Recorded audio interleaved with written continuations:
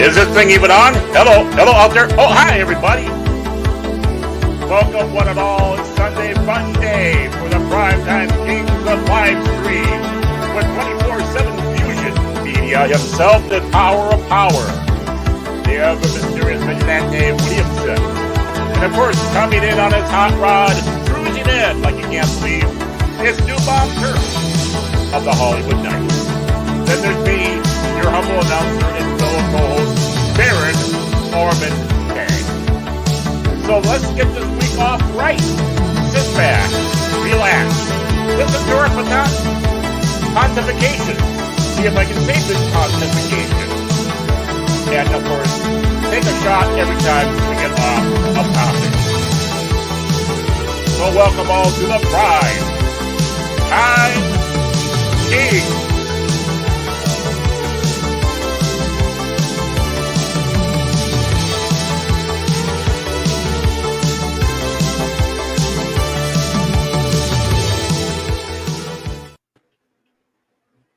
Hey, what's up? It's your boy, 24/7 here with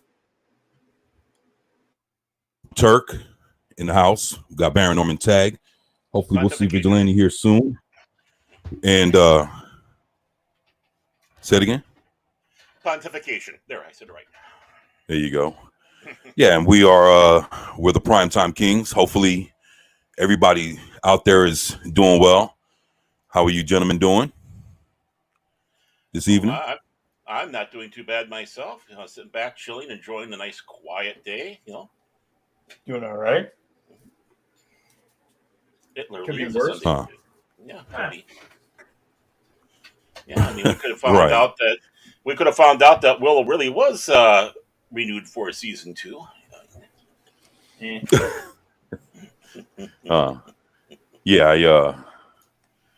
Man, hopefully you guys have been doing good. Yeah, I know, we could have gotten some of that bad news. Luckily, we haven't. I'd like to say, you doing all right, New Bomb? Yeah, I'm doing all right. Still getting used to the schedule, but I'm getting there. There you go. Nothing like overnights. Lurking in the shadows. I know, right? Well, working in an empty building for the most part. Crank the music, keep yourself awake.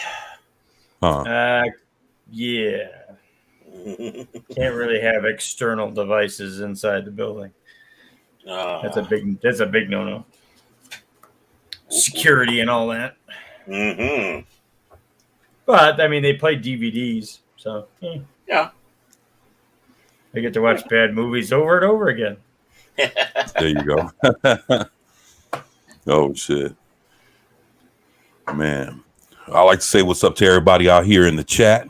What's going on, Socks? We got Socks Bulletin in the house. What's going on, my brother? Saying, hey, y'all. Yup. We got Zax in the house. What's going on, man? Good day, hey? Yeah, there you go. What's up, Zax? There you go. Everybody saying what's up to each other out here. Lord Thoth in the house. What's going on, man?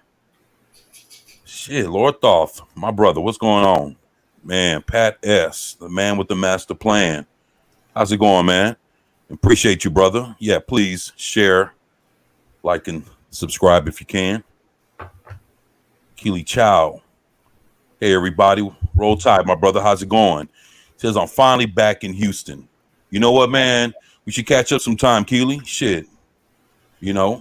Catch up with love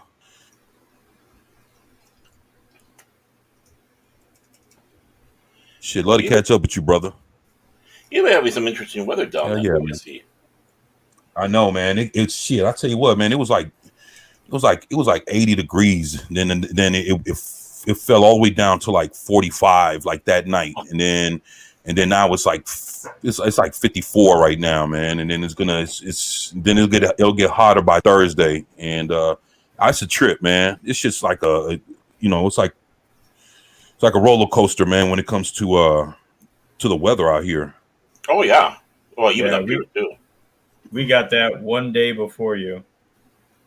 So basically, because it was going west to east, everything that happened to you happened to us pretty much the same. Like it got Right. up to 80, and then it dove, and there were like a couple days in a row where it was like barely 60, and then now it's coming back up. It's 70 right now, or 69. But yeah, it's Damn. supposed to kind of linger around there. Right.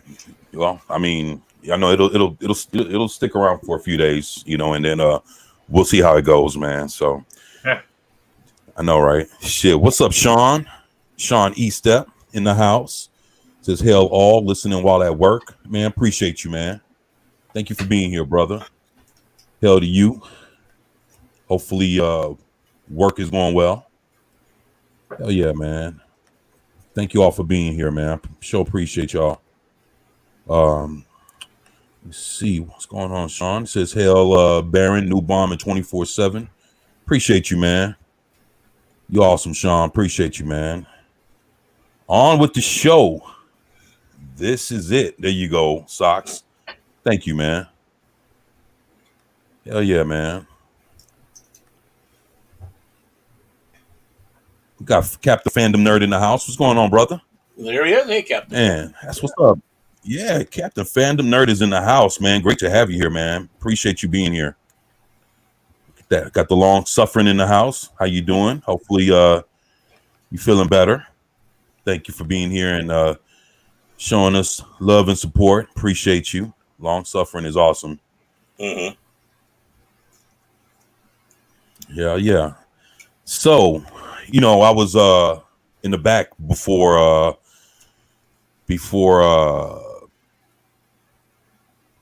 you know, before New Mom joined us and we went live. I was telling Baron, like, yo, man, last night, like yesterday, you know, I was doing a live stream.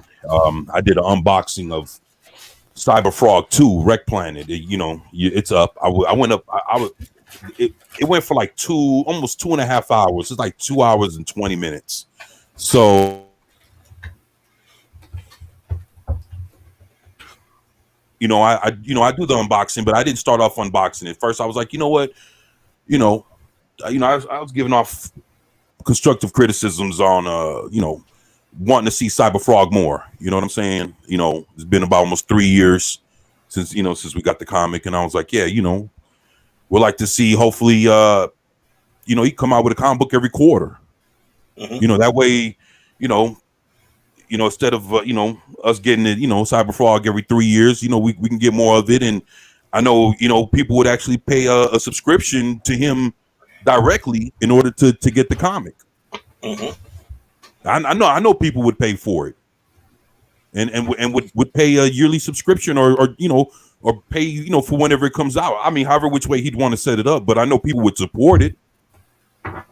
So I was just saying stuff like that. I wouldn't. I love Ether Van Sky. Saying constructive stuff like that. Saying, hey, basically just want to see more. Of his book. And, so I did that for about a good hour, almost hour and a half, almost. I was saying all this stuff, reading off the, the chat, seeing what everybody had to say. Then I started unboxing it. I started going through, I was showing off all the cards. It came with almost close to like eight cards or something like that. So, came off with a bunch of cards, came off with like 2 or 3 stickers, came off with a magnet that you can actually put on your refrigerator. I think it came with a keychain also. And it came with a toy, which was actually pretty cool, a Cyber Frog toy. But the comic books came damaged. And that I was showing, how it was damaged and everything. And after I showed off everything, I was like, well, fuck. And I had kind of turned off the camera. I was still talking to everybody, and I kind of cut off the camera and was kind of chilling for a little bit. Was like, damn, I was saying like, yo, the art was great, everything was great, but it was kind of fucked up that it came damaged. And right when I'm sitting here talking about it, Ether Van Skyver fucking jumps into the live chat like, yo, what's going on? Wow. Yeah, so I was like, yo, wait. So I turned the camera back on and I was like, oh shit, EVS is in the house. So Ether Van Sciver, me and him was going back and forth while he was like in the chat typing, his responses. I was just talking back to him. And then he was like, hey, show me what happened. So, I showed him how everything came packaged and shown that the actual comic book, like the plastic, like the bag and, the bag, the comic books came in a bag and backboard, and it was 3 comic books that came. Cyberfrog was actually busted out the package, like the plastics. Like I could actually touch the actual comic book from the outside, which is I'm not supposed to do. It's supposed to be completely covered with the plastic. So it seemed like it was so thick that the plastic busted. So so I'm showing him that and showing him how it actually came packaged. And I was like, yo, when you sent your first Cyberfrog Blood Honey, it came in a hard cardboard casing to where it's like it couldn't get damaged. And this is not what happened this time. It came loosely in the package in a box with a toy sitting on top, but there was nothing protecting the comic book itself from any kind of damage. So, but like I say, man, he told me, hey, just he told me how to go ahead and order a new one, and he'll just send it to me. But it was awesome, man. That's cool that he showed up. And I was like, yeah, man, fucking love you, man. You know what I'm saying? Yeah, man. It was just the fact that he just popped in, and it like I said before the live stream was over with, I told everybody, I was like, man, this kind of, it goes to show that you never know who's watching, man. And I didn't even know, like, out of nowhere, Ether Van Sciver just jumps into the chat, and he was like, yo, what's going on with the unboxing?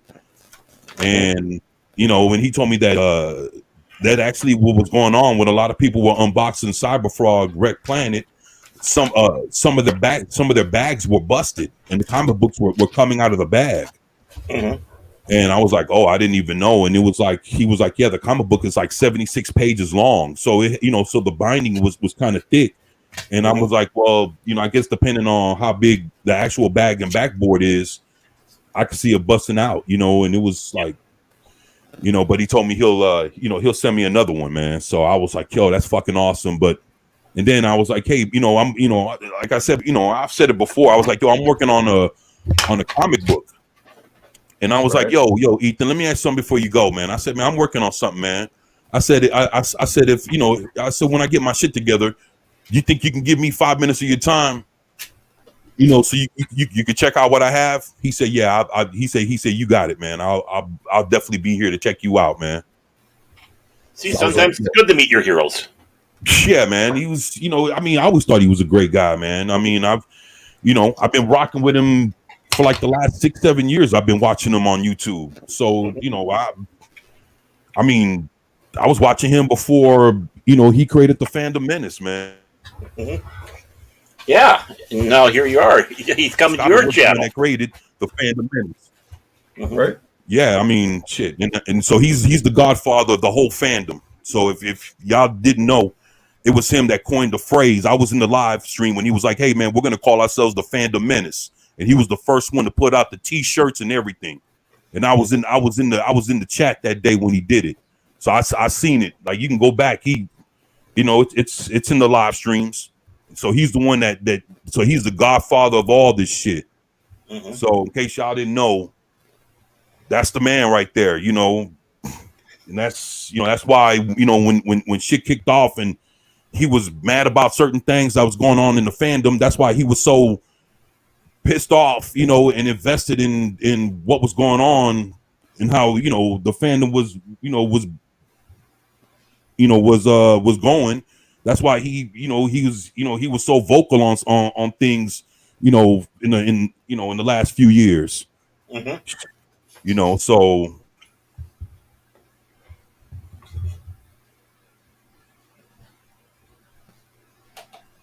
I was just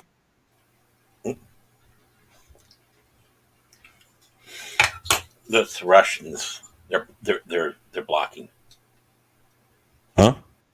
Oh, there you are. You're back. You dropped off for a moment. Oh, my bad. No problem. Yeah. I was just saying, I was just glad that he came in and we were able to talk about it, man, and everything was good, man. Man. Well, that's awesome. That's freaking awesome. Yeah, that is, man. That is. Man. But yeah, that was my live stream yesterday, man. I'm just glad that everything worked out, man. Definitely. Yep. I know, right? Shit. What'd you say, Socks? 3 years. Yeah, 3 years, man. But and it's funny, man, because when I asked him, I was like, yo, man, he said, yo, I was watching your live stream. And I was like, well, what do you think about, dropping Cyberfrog every quarter? He said, ha ha ha ha, no. And then but then he was like, yo, he said, if I want to make it as perfect as possible, I need that time. Mm-hmm. Right. But then because if I'm not mistaken, he's doing all the work, isn't he? Yeah, like he is, man. And the coloring and all that. No. Actually, no. He does the writing and the art. The coloring and everything is done. He got other people to do that. Okay, but he's still drawing the art. He's just not coloring. Yeah. He's drawing the art and writing the story, and other people are coloring it. Mm-hmm. That's cool. Yeah. Yeah, man. Awesome. I know. Awesome, man. Man, so let me see. Before we get started here, what you say, Socks? He says, oh, so they shipped the comic in the wrong bag, and the bags that were used were small. Okay, I see it now. Yeah, and the thing is, for as thick as it was, he probably should have had bags that were more of like the Golden Age. If Golden Age comics, the bags are a lot bigger. But for it to be as thick as it was, another thing too is, if you notice, like on graphic novels, books that are like thick, like more than something that's 24 pages, like a regular comic book. Normally, the binding, where the staples are, the bindings of it are usually flattened. And here, the bindings weren't flat, like the bindings kind of bowed out because it was so thick, and it looks like it might have bowed out so much that it bust through the plastic, But again, he sent another comic book that was a regular size comic book. It actually was less than 24 pages. He sent 2 comics, and one was an ash can. And those were in another bag, and they weren't even they were smaller than an average comic, and they were small, and those even busted out the plastic.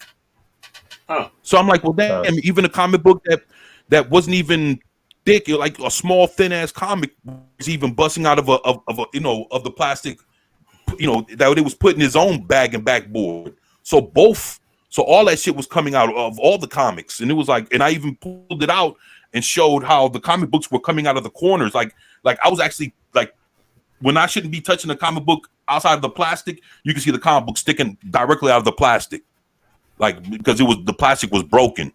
So it was like, damn, maybe the plastics that y'all bought to.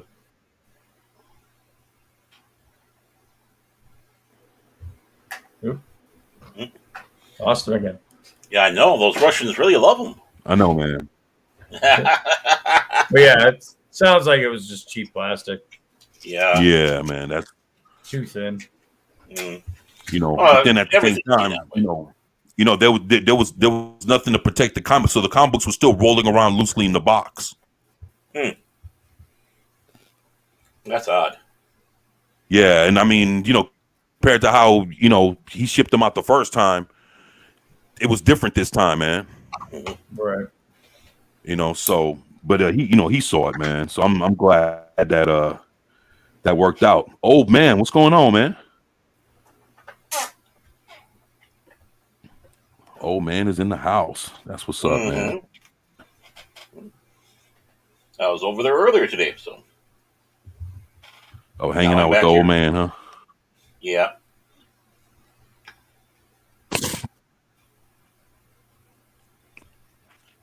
Yeah. So let's go see what's going on here. I'm not sure if anyone has seen this, but they plan to do a Faces of Death remake. And I Yeah. was like, and I mean, even before even looking into the article, if anybody knows anything about Faces of Death, that's not a movie. Yeah, well, I mean, I kind of gleaned on it a little bit. The original movies were, well, the first two, like we talked about this, I think, the other week. The Right. first two were mostly real film with some Exactly. exaggerations and or remake or reimaginings of particular scenes.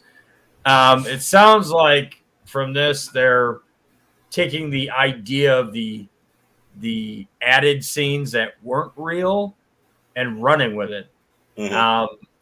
This is going to be a modern scare movie, like blood and gore horror movie in the same essence that most everything that has come out in the past 10 years. It's just not gonna have the same impact when people have cell phones and cameras at their ready almost instantaneously in the real world.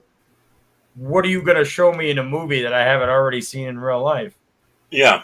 I've seen pretty much everything. I've seen people shot. I've seen people hit by cars.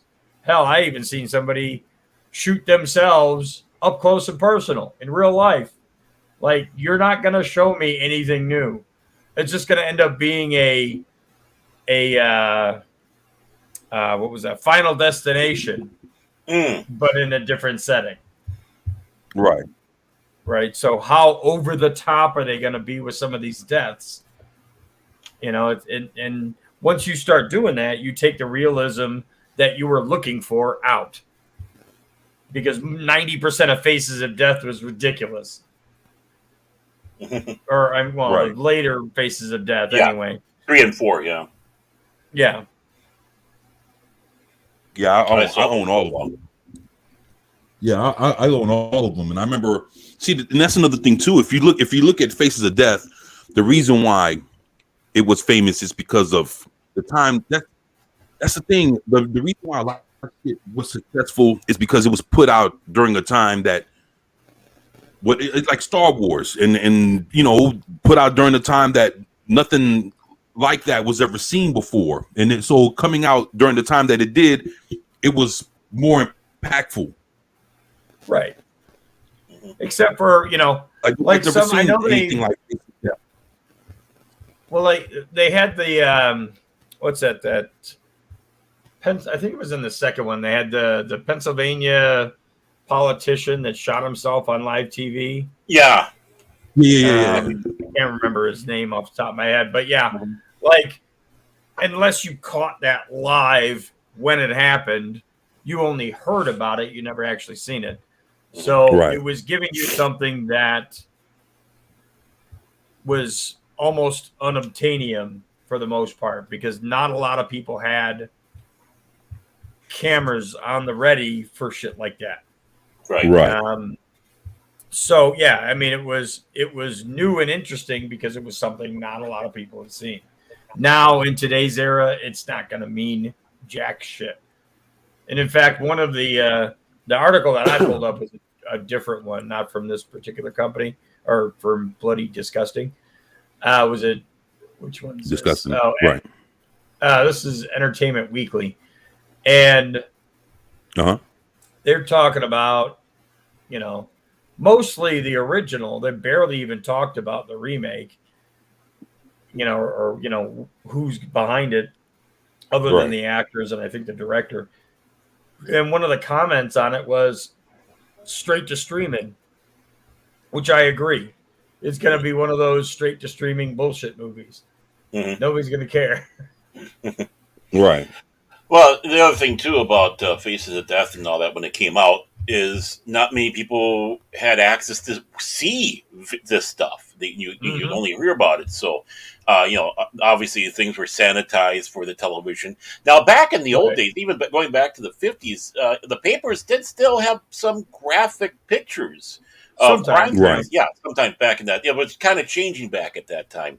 But other than that, everything was always sanitized up. And there was a chance for people to actually see uh, the The macabre, raw. yeah, the raw Right. macabre of the whole thing. So now, again, it's like I don't know how many times you just kind of go across the interwebs and you come across some guy shooting his gun in the air. It jams. He looks down the barrel, and then there's that last round that gets him. I mean, it's all over the place. It's easy to access if you really want to see it. So Yeah. they have a documentary on it. If this is a documentary, more Well, it's likely, like you not. said, it's a blood and slasher film. Yeah. Yeah, because they have the two actors that are supposed to be in it, Barbie Ferreira and Right. I can't Ferreira. even pronounce Yeah. Doctor Zachary. Montgomery. Zachary Montgomery. Yeah, the guy from I mean, Stranger Things. looking at the two people in their, press photos, yeah, I'd like to see them dead. I mean, they look like unlikable people. So, I don't know. Just it just seems like wrong time, wrong place. You missed your chance, kind of thing. Yeah. Right. Damn. Yeah, I just again to make something that the reason why Face of Death was even a thing was because of the time period that it came out in. It was the shock factor of the world. Never seen something put together like that, for your viewing pleasure of, all the different ways, somebody can die Right. or whatever. It's like, but then in 2023, just like New Bomb said, it's like shit when it's, when it's accessible, you could just press a button and see that shit all day long on the internet. What's going to make this special? Right. Nothing. Like what's going to make this? See, that's the thing. When Face of Death came out, it's something that nobody could have seen. Right. Yeah, and even in the early days of the internet, you had websites that catered to that stuff. So it's like, even in the early Wild West, internet days, it's already better than whatever they're going to come up with. Yeah. Right. Man. I don't know about this. Like, Tom Cruise. Oh, I didn't realize it was going to pop up right away. No, you're good. Yeah, you brought it up. I I don't know. I mean, do I care about his opinion any? I don't know. Well, I mean, he did save Hollywood, right? Well, Well, no, and Hollywood is kicking and screaming all the way, right? and Oprah's Crouch never had such a jumping on before, so Well, that we've seen. wild. I That thought we've about seen. that shit too. Yeah, I mean, yes, he was behind a powerful movie that came out a little while ago. I don't know. Like, stick to your lane. Do your Mission Impossibles. Do your Top Guns, mhm. and just leave everything else alone. Don't even comment. Mhm. Yes. Get back in the closet. Yeah, because I mean, whatever next Mission Impossible he does, which he's already almost done filming, is gonna blow whatever the Flash is out of the water anyway. Mhm. Maybe he's saying he loved it, just like no, don't make any changes. It's fine the way it is. Maybe he's pulling their leg a little bit so he knows that his movie comes out and just absolutely destroys it. Well, he is a devious man, that's for sure. Right. You know what I mean? But this movie's coming out what, June, July? Something like that, yeah. Yeah, Well, so I mean, it's been delayed a number of times. We're hoping. hmm right. Well, I mean, I don't think. Well, I mean, I think at this point, man, with toys and everything else is coming out, everything. I mean, yeah, it's coming out here in the next couple months, and I don't think it'll be running up against Mission Impossible. Well, I mean, he's what, almost. Well, I'm trying to think. He's 60 or so. What's the? Well, that doesn't matter. Yeah, didn't you see the bike stunt he did? Yeah, I know. Mission Impossible? That was impressive. Yes. It's crazy. So it's number 7 in the series. When is this supposed to come out? Release date July 14th of this year. Mm. So it may just end up being up against it. Yeah, for a little bit at least. You know, I think Flash might be coming out sooner. So it'll be the Flash and then his film. Right. Well, I'll tell you what is this article real quick? I know it shouldn't be that long. Sure. Let's see what. There we go. And this is from the Hollywood Reporter article that was released on March 17th, a couple of days ago, by Boris Kit. Tom Cruise has seen The Flash and he loved it. Exclusive. A conversation with Warner Brothers Discovery CEO David Zaslav led to a private screening for Cruise in his Beverly Hills home. Ooh. The upcoming superhero movie, The Flash, has been done and locked for several months now as it awaits its June 16th, there we go, now we know what day it was, release. It has many fans inside the studio, including new DC head James Gunn, who called it probably one of the greatest superhero movies ever made. Boy, they're really trying to hype it. Now it has a fan outside the studio walls, actor, superstar, and cinema saver, Tom Cruise. A source tells The Hollywood Reporter that Cruise has seen the movie and loved it, so much that he cold called the movie's director, Andy Muschietti, to rave about it. In late February, according to several sources, Cruise had a meeting with Warner Brothers Discovery CEO David Zaslav, during which the mogul mentioned how great the movie was. Cruise curiosity peaked, then asked to see it. Zaslav acquiesced to the request, and a copy of the movie was sent over to Cruise. How many people want to say bullshit to this? It didn't go down that way. We all know that. But as an insider says, this was no casual messengering. A Warner's employee brought the movie to Cruise's home in Beverly Hills and stayed until the actor finished watching The Flash. It is unclear on what format Cruise watched it. Oh my God, who the hell cares? Whether it was digital or film, when Cruise finished, the movie was given back to the messenger who returned it to the studio. Cruise was also taken by what he saw that soon after he reached out to Muschietti. I'm hoping I'm saying that name right. It was a call out of the blue for the director. Cruise is said to have raved about the movie, saying something to the effect that The Flash is everything you want in a movie, and this kind of movie is what we need now, according to insiders. This will definitely help Scientology. I know it. Cruise has emerged as a kind of cinema and theater booster in recent times.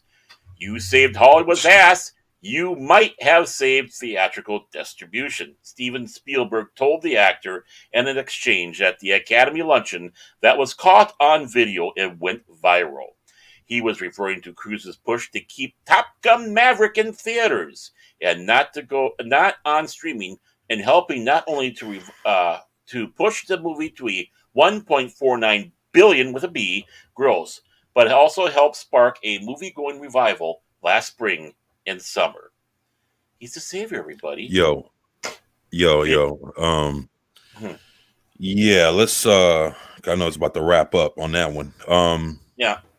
Oh, come on now. We were just going to get into something that I can critique. The next paragraph. Go for it. You went to go see Christopher Nolan's Tenet, right? Mm-hmm. The fucking movie is fucked up. Like, I didn't like it. It's not very good storytelling. but that's my opinion, and whatever. But obviously, Mr. Cruz thought it was fucking amazing, and he loved it. So, okay, so he loved Tenet, and reviews for Tenet were kind of middling, like E. Mm-hmm. So he's gonna say this about The Flash, and we kind of know where that's gonna go. Yeah. Like, I don't know if I trust his opinion so much. You know what this kind of reminding me of? He's reminding me of Kevin Smith. How Kevin Smith always goes out there and starts crying. This is the greatest thing I ever saw. You know, it sounds like Tom Cruise is starting to take over that role of being the Hollywood shell. Kevin Smith does that for commercials. He cries at food commercials because he knows he can't have them anymore. Wow. Man. I say what's up to Jedi Bill 797 and the lovely Sherry. Yeah. What's up, Sherry? What's up, Jedi Bill? There he is. Yeah, that's green. I want that. Lowtech Linux laptop. Great to have y'all here. But yeah, I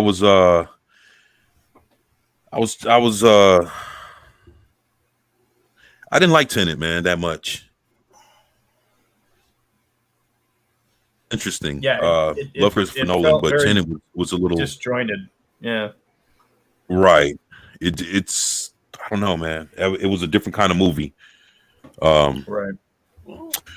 But I tell you what, as far as this Flash movie goes, I guess, my whole point was just thinking like, damn, this shit got Tom Cruise to fucking call the director.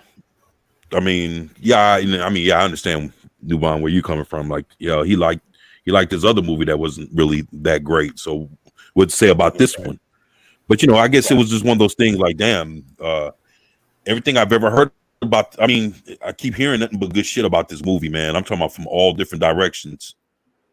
So I don't know, man. I mean, it'd be crazy to hear all this good shit, and then when the movie actually comes out, tanks. I don't know, man. And it bombs or it fails or it's like down the middle of some shit. Well, yeah, I mean, they're already working uphill with Ezra Miller being right. So I mean, there's a lot to overcome. Right. I mean, this could be a great film, but that sword hanging over it because of Ezra Miller being an absolute jackass is right. That's not what they needed. And of course, what they're talking about with what they're doing with the DC universe, that's not going to help matters much because now this is a moot movie. I mean, this universe is ending. They're not going to do anything with this. Hey, did you guys hear about the test screening they had the other day for this movie for the Flash? No, yeah, I didn't hear that. They did another test screening and they showed another ending. And so basically, what's going to happen is, if anybody's ever read the Flashpoint comic book, and at the very end, he runs up. No, the Flash does, and Batman has his back turned, and when he turns around, you get to see which Batman it is. Right. And people were saying that at the test screenings, when Batman turns around and you don't know which Batman you're gonna see, they say it's George Clooney. Oh. So basically, by the time all this finishes and Ezra ends up wherever he's gonna, like his version of the Flash ends up wherever he's gonna be at, I guess more on the permanent level, he's gonna end up in the worst possible scenario. Right. But at the same time, the basically the whole premise of that is the universe resets itself, everything, but basically we still don't even get. So basically, we'll have a new Flash, and the Ezra Miller Flash will be somewhere else. Batman's universe, and the George Clooney Flash universe is where he'll end up at the very end. But then that's not the universe that we're all in, or that we'll be watching going forward when it comes to James Gunn's shit. That's just a mess. Yeah, it is. I mean, especially when you ask George Clooney, "Hey, you want to direct some of my movies?" And he says, "No." No. Well, can you blame him? It's like James Gunn's out there saying, "Yeah, we're reaching out to all these people, Gal and Henry, and Henry told him to go fucking suck dick. Mm-hmm. And so did Affleck. You know, basically, he said, "Yeah, they talked. I'm not interested in it." It's like, of course he's not interested. You fired them. Not only that, you had the double insult of keeping Ezra. Yeah. Yeah, which they had. Now, I don't know how much of that was Whedon taking over for Snyder, but weren't there issues between Ezra Miller and Gal Gadot to the point where the scene in the release version, they had him fall on Wonder Woman and his face was in her boobs or whatever. Yeah, in her tits. Yeah, and I was right. They had to put the body double or whatever. Right. I guess her stunt double got a face. Had Ezra Miller's face all in her. I mean, but at that point, if I'm not mistaken, I think Gal Gadot was already like having kids and shit, married or whatever. So, well, yeah, she's been married a while. She was married when she was doing Fast and Furious. Mm-hmm. Yeah, no, I don't blame her, but I mean, it's obviously an issue. But you know what's funny was that scene was actually a scene that was suggested by Ezra Miller. Like he was like, "Hey, what about we try this and I land on Wonder Woman and oh my god, my face gets in it." And he ran that to Josh Whedon. Gal Gadot was like, "Nah." Yeah, No. And of course, John Whedon. And then Josh Whedon was like, "Yeah, let's." Yeah, and Josh Whedon was like, that's a good idea. And then when she was like, "Nah," they was like, "All right, well, fuck it, let's put the stunt double in there." Mm-hmm. She don't mind. You're right. She getting paid. Mm-hmm. Exactly. So, well, that's just crazy as fuck, man. At the end of, I don't know, have you seen Shazam yet? Oh, no, dude, that's I haven't seen it. Well, I mean, it's not really a spoiler because it's all over the place. Right. I heard it had like two post credit scenes or whatever. It does. One is actually not post credit; it's just at the end of the movie. Basically, the cameo is Wonder Woman, right? But I heard about that. The behind the scenes photos were with the stunt double, not with Gal Gadot. Mm-hmm. Or Gadot or whatever, I'm mispronouncing it. So I watched it, and mind you, a really bad copy. I have a feeling they CGI'd her face onto the stunt double because everything in the behind the scenes stuff said there were scheduling conflicts and she couldn't do it. Mm-hmm. So they deep faked her. Yeah, they deep faked her onto the stunt double's body. Mm-hmm. And I mean, it's barely even a scene. It's it's a minute and a half, roughly.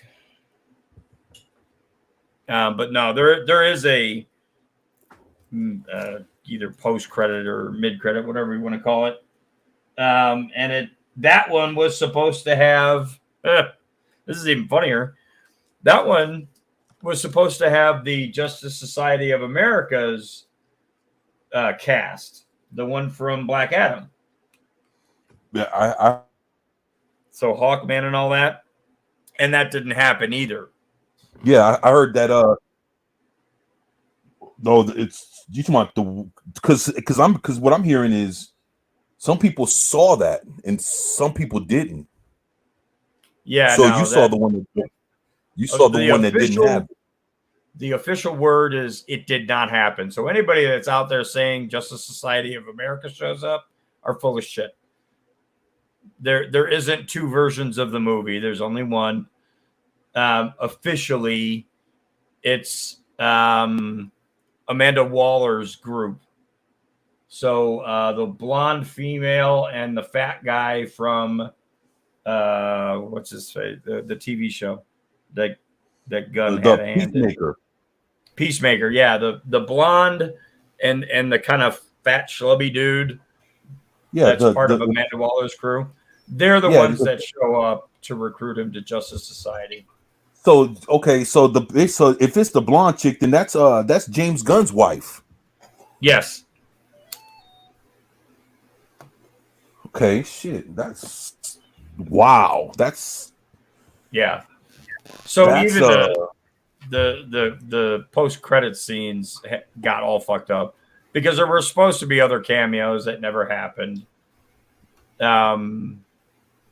And you know they had reached out to The Rock, and this even was prior to the whole falling out and getting fired, so to speak. Mm-hmm. And he said no, he didn't want to do it. So who knows?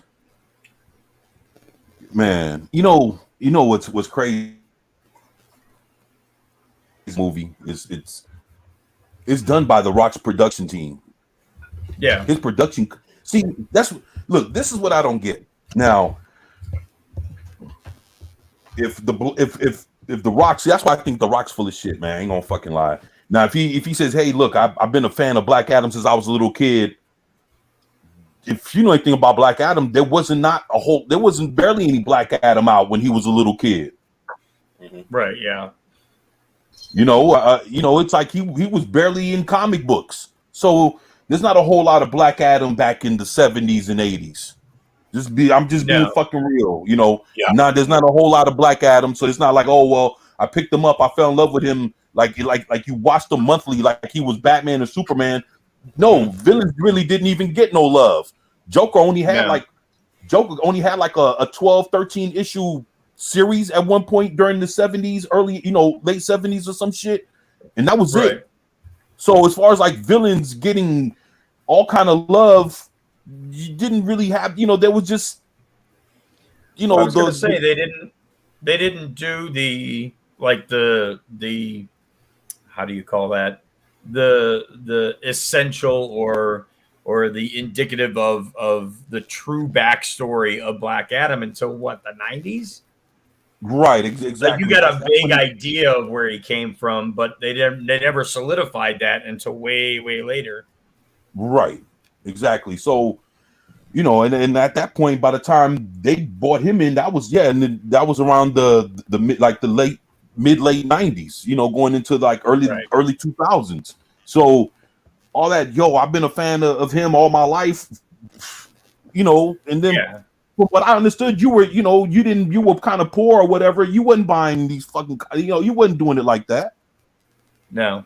So I don't know. And if he did show up, as a anti-hero and not a villain, it would have been in any of the Justice Society's releases, and he would have been just one of a bunch of characters. Mm-hmm. Which, if I'm not mistaken, I've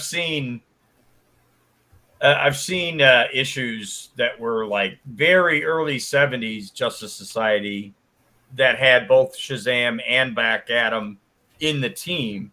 But again, it's you're talking there's 5 or 6 or more characters, and you get bits and pieces. You don't get like a whole story of Black Adam.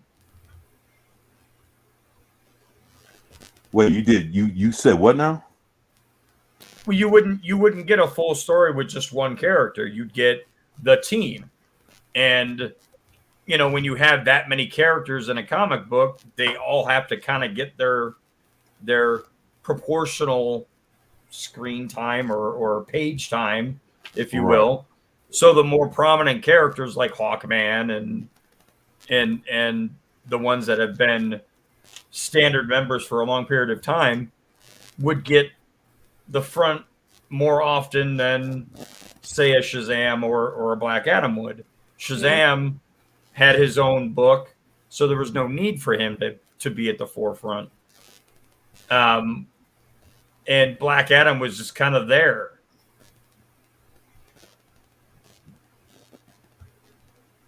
You know, like I own all those comics. You know, I own all the JSAs from the 70s when they came back to Adventure Comics, and you know, have the first appearance of the Huntress, first appearance of Power Girl.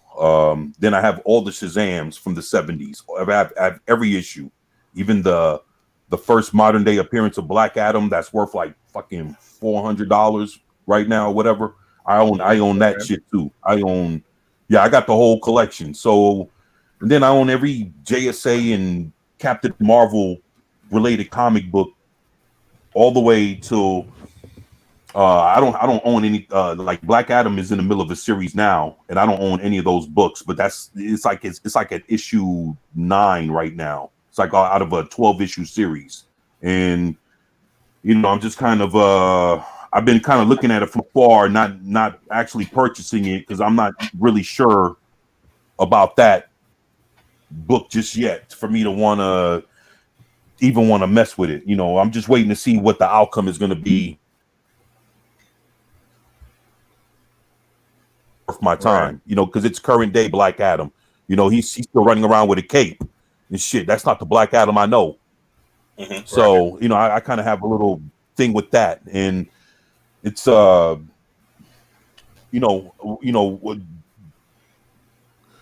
whole thing is this with the Rock and Black Adam and the JSA and Shazam and just all of that shit all together. My whole issue is when Seven Bucks Productions came in, the first thing they started doing was doing the first Shazam movie. So they did the first Shazam movie, and if you notice, like at the end of the movie, they were supposed to have a seat. They were like, "Yo, we're missing somebody." That's supposed to have been Black Adam, right? But the thing is, if Shazam was really not Shazam, if the Rock was really a team player and he understood the how everything, the importance, it comes together between Black Adam. If you sat there and you love Black Adam so much, then you should understand that he comes from this whole Shazam thing. You got your production company doing the Shazam movie, and they're trying to put a piece, they're trying to open up a door for you to be a part of that shit, which you're actually supposed to be a part of. Yeah. And he dissed the movie. He dissed the second one. He didn't want to do no kind of guest appearance. He said that's just kind of corny. Like, how is it corny when your character comes from that shit? Right. And your production company is making that movie. Yeah. So you just you dissed it. Your character is a part of that world. You dissed that whole IP, and your production company even fucking did the movie. And you act like you were too good to even fucking be a part of that? Like what? Like who the fuck does that? Well, I mean, you could hear it in a lot of his interviews. Everything was about him versus Superman. He wanted to sidestep Shazam to be, the other very big actor in notoriety, not necessarily size, but to Henry Cavill. He wanted to jump all the way to the front of the line and have a movie with him and Superman. He didn't care about Shazam. Mm-hmm. But again, like you would think that it would help Shazam, that movie with him making an appearance, because that's his character's a part of that story. Right. And he said, fuck it. And again, his production, dude, he's running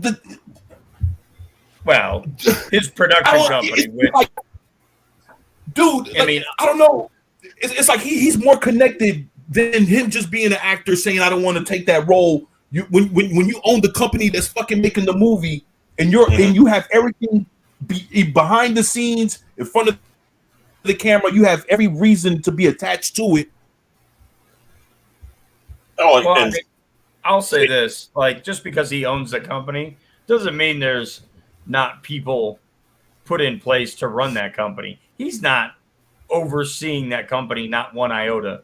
He's got money in it. He's like an executive producer. And we all know how much executive producers actually have in a hand at making films. No, they provide the money. They're the ones that are dictating where the money comes from, where it goes. So at best, that's his role. Yes, it's his company, but I don't think he has a say as to what they do or don't do. His whole comments were from an actor who's had far more success than necessarily is deserving of. That's where his whole mindset was.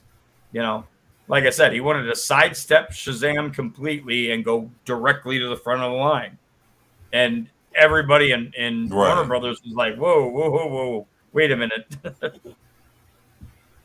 I'm surprised we even got Black Adam at all, honestly.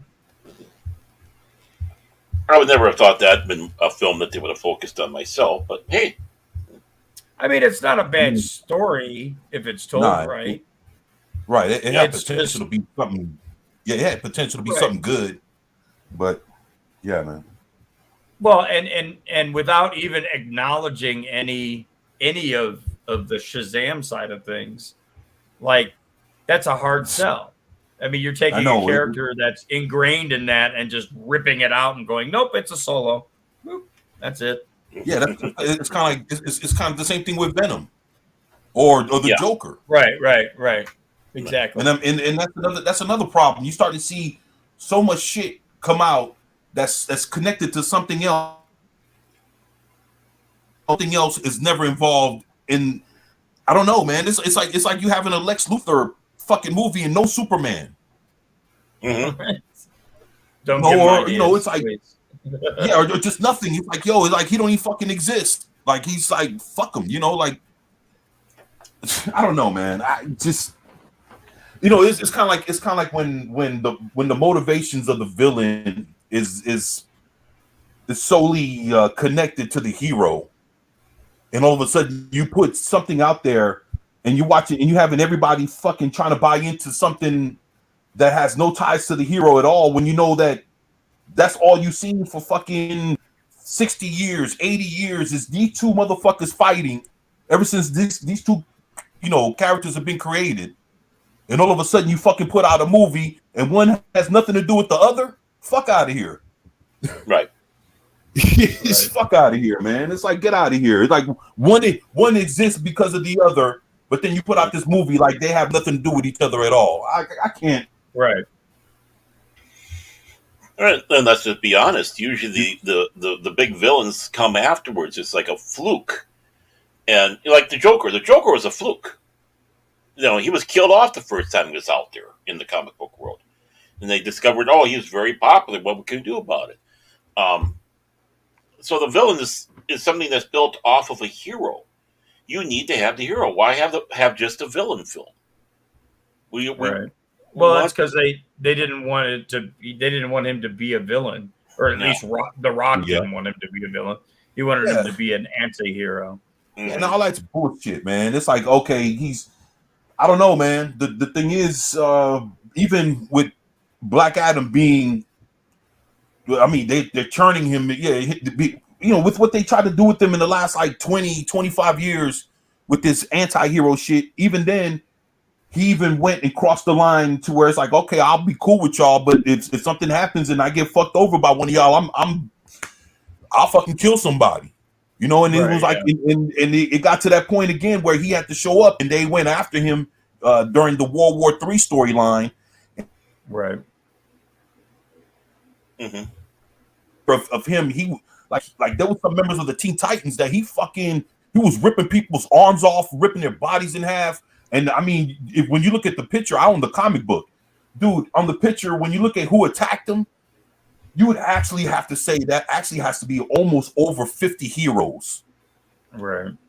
That fucking attacked him and he fucking annihilated them. I mean, I'm talking about heroes that you've seen in comic books for like the last 20, 30, 30, 40 years, running around with different teams. They just fucking got destroyed. And it's like, dude, this is who he is. So like you know, as long as you're cool with him and you know, he has a mutual respect for you, you know, he won't fucking kill you or whatever. As long as you don't fuck around in conduct and you're cool, he'll, you know, he's good.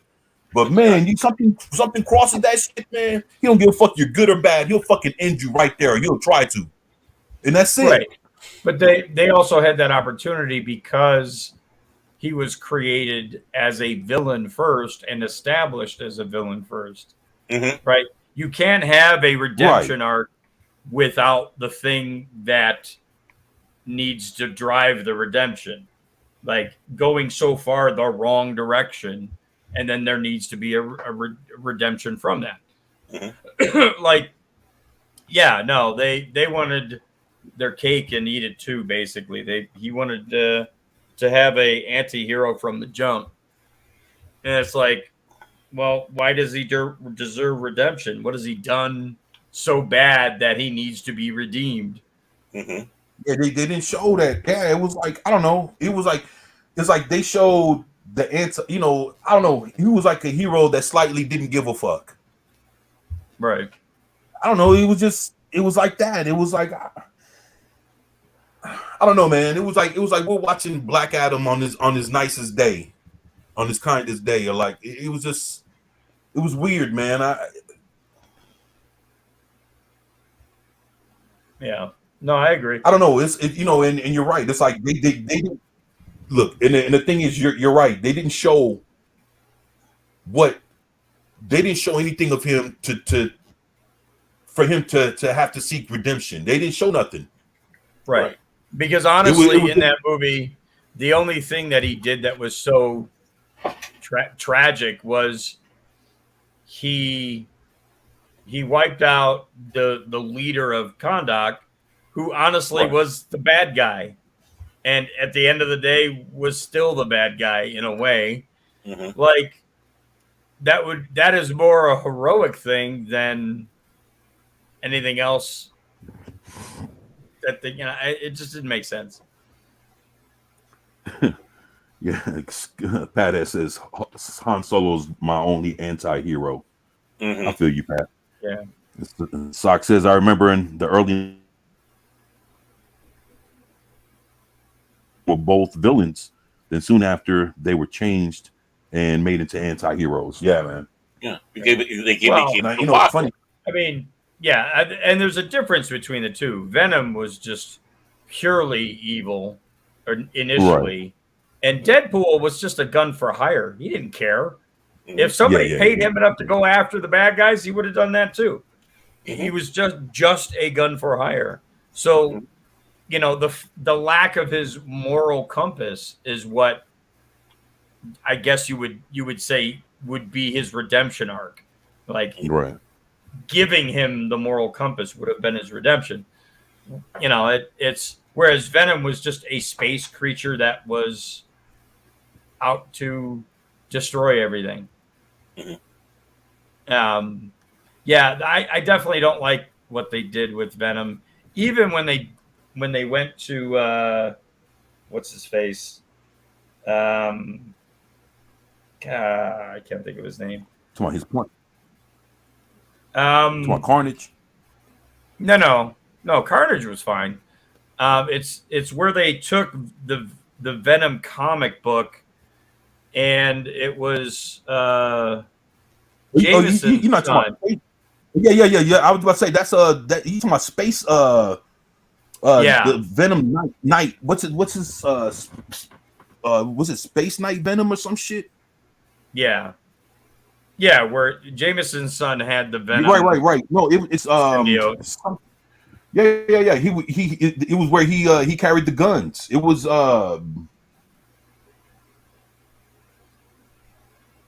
yeah, I can't remember it off the top of my head. Agent Venom. Yeah, I think so. Yeah. Yeah, I think it was Agent Venom. That was a horrible direction for that. Because that's the point where they flipped and took him from just being a sentient being that wanted to eat everything to being, okay, now he takes the moral compass of the host but that never made sense on that flip, because when he was with Spider-Man, when Spider-Man had Right. the black suit, he still was Venom. I mean, yeah, I don't know. They really fucked that whole thing up with starting with Agent Venom. Mm-hmm. Right. You know, if I'm not mistaken, I just seen. Oh, this had to be like a day or two ago. They have this new Venom verse, and Really?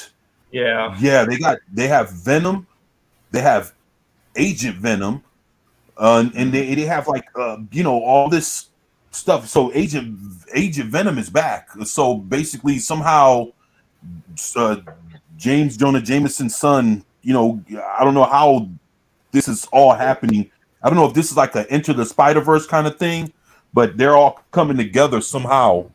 And well, and didn't yeah, and I mean you know, it's funny, man. They've been working on Venom for like the last few years, to where it's like this what's like this king some shit, like this the head motherfucker that all the symbiotes come from in Marvel universe. And fighting, they you know, fucked everybody, man. And I heard they fucked up the whole backstory. Now, at one point, it was all the symbiotes. All they really were was a like symbiote version of the Green Lanterns. It made no freaking sense at all. Like, they were just out there. Really, they wanted to just save the universe. It's like, wait, what? He started out wanting to eat people, and now it's all about saving the universe? By eating people. Well, yeah. Yeah, I mean, it's like what it is. It's like as they further try to develop some kind of story, you know, backstory on Venom and the symbiotes, they ended up changing their the motivation of the symbiotes altogether, to make it seem like they were something at one point and then probably evolved into the man. Whenever there's, you know, or whatever, you know, like what you see from Venom or whatever. So right, and that was fairly recent. That's was it King in Black, Planet of the Symbiotes? That was easy, like in the last, like that was like easily like in the last 4 years, like if I'm not 4 or 5 years that happened. 2021. Okay. So yeah, like it's very recent, yeah. Right. And yeah, I mean it started out as the Amazing Spider-Man and the Planet of the Symbiotes, and evolved from that. Yeah, it was just a dumb idea across the board. There's always those dumb idea phases. I know it's, you know, it's kind of like you know, when you dig too deep into something and you try to make so much out of this, nothing. You know, this thing. Yeah, it's like, damn, man. It's like so now it's like you know, you basically you take the mystery out of Venom. Right. Or well, you're adding things that just didn't need to be added. Right. Like, he's a bad guy. That's it. That's all it needs to be. But even prior to that, they did that when they started creating all the knockoffs, and I didn't have a problem with Carnage, because Carnage was evil, and his host was evil. Okay, fine, that makes sense. But when you start doing like Anti-Venom, the all-white Venom, like I remember that. Yeah, it was just junk. Yeah, then you got Agent Venom. Yeah, and then you got so many different ones, and then there are different colors. There's a yellow one, there's a purple one. I think I seen a blue one. They had that also well, they touched on it in the first movie where he was fighting other symbiotes. The power symbiotes. Yeah, man. Yeah, I mean, they all came out from like when you played when you watch. Well, I used to own Maximum Carnage, the storyline where all of them started, like all the different symbiotes started popping up. Like I remember that shit. I remember the video game. That was a hell of a video game. You guys never played it for I think it was. No, not me. No. It had the video game Maximum Carnage. Yeah, Spider-Man. It was a very good game. I heard of it, but I've never played it. No. Yeah, man, that was some good shit, man, back in the day. And yeah, it was a good storyline, man. And but then it started becoming more and more. It just ended up being more and more symbiotes, and it's like a whole army of them motherfuckers now, man. Hmm.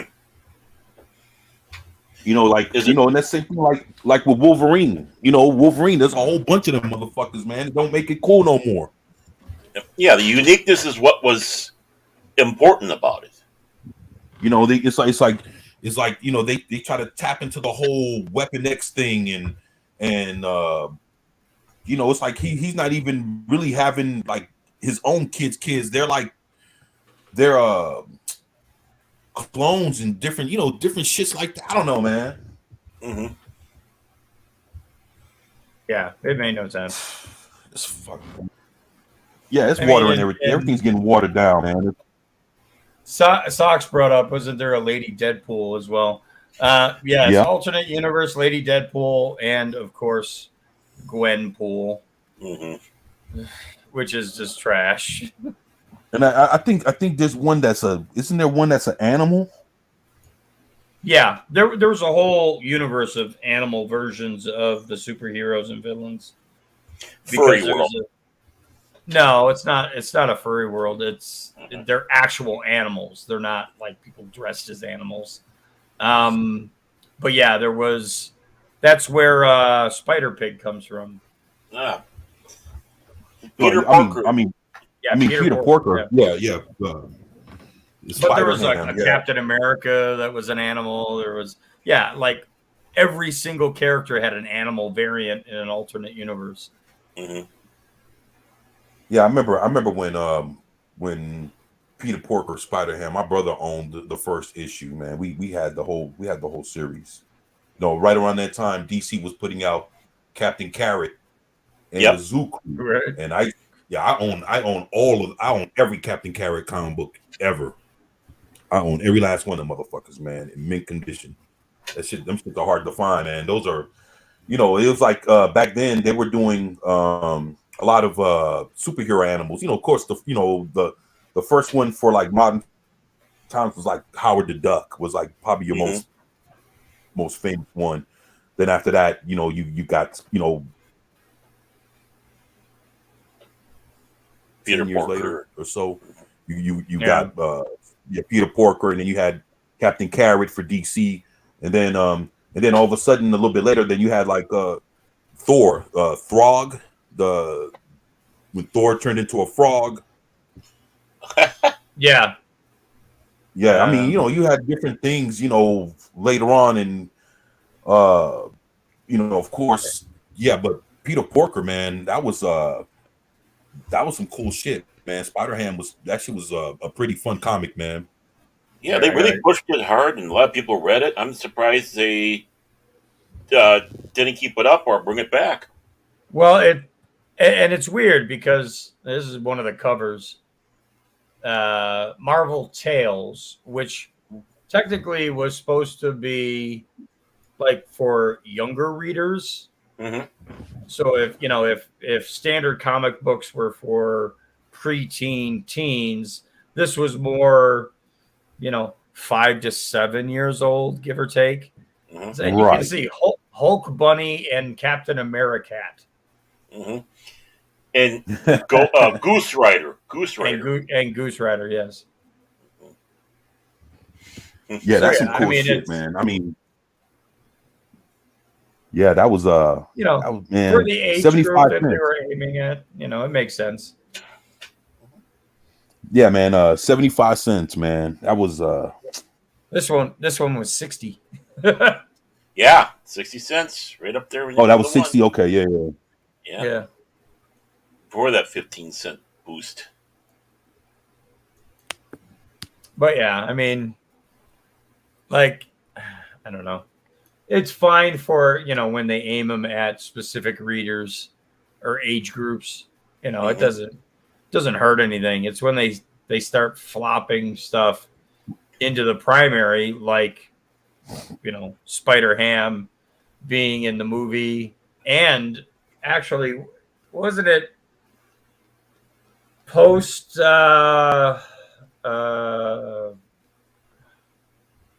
one of the major events. Didn't they slam all the Spider-Man into one series at one point? I mean, You mean movie. you mean that Into the Spider-Verse?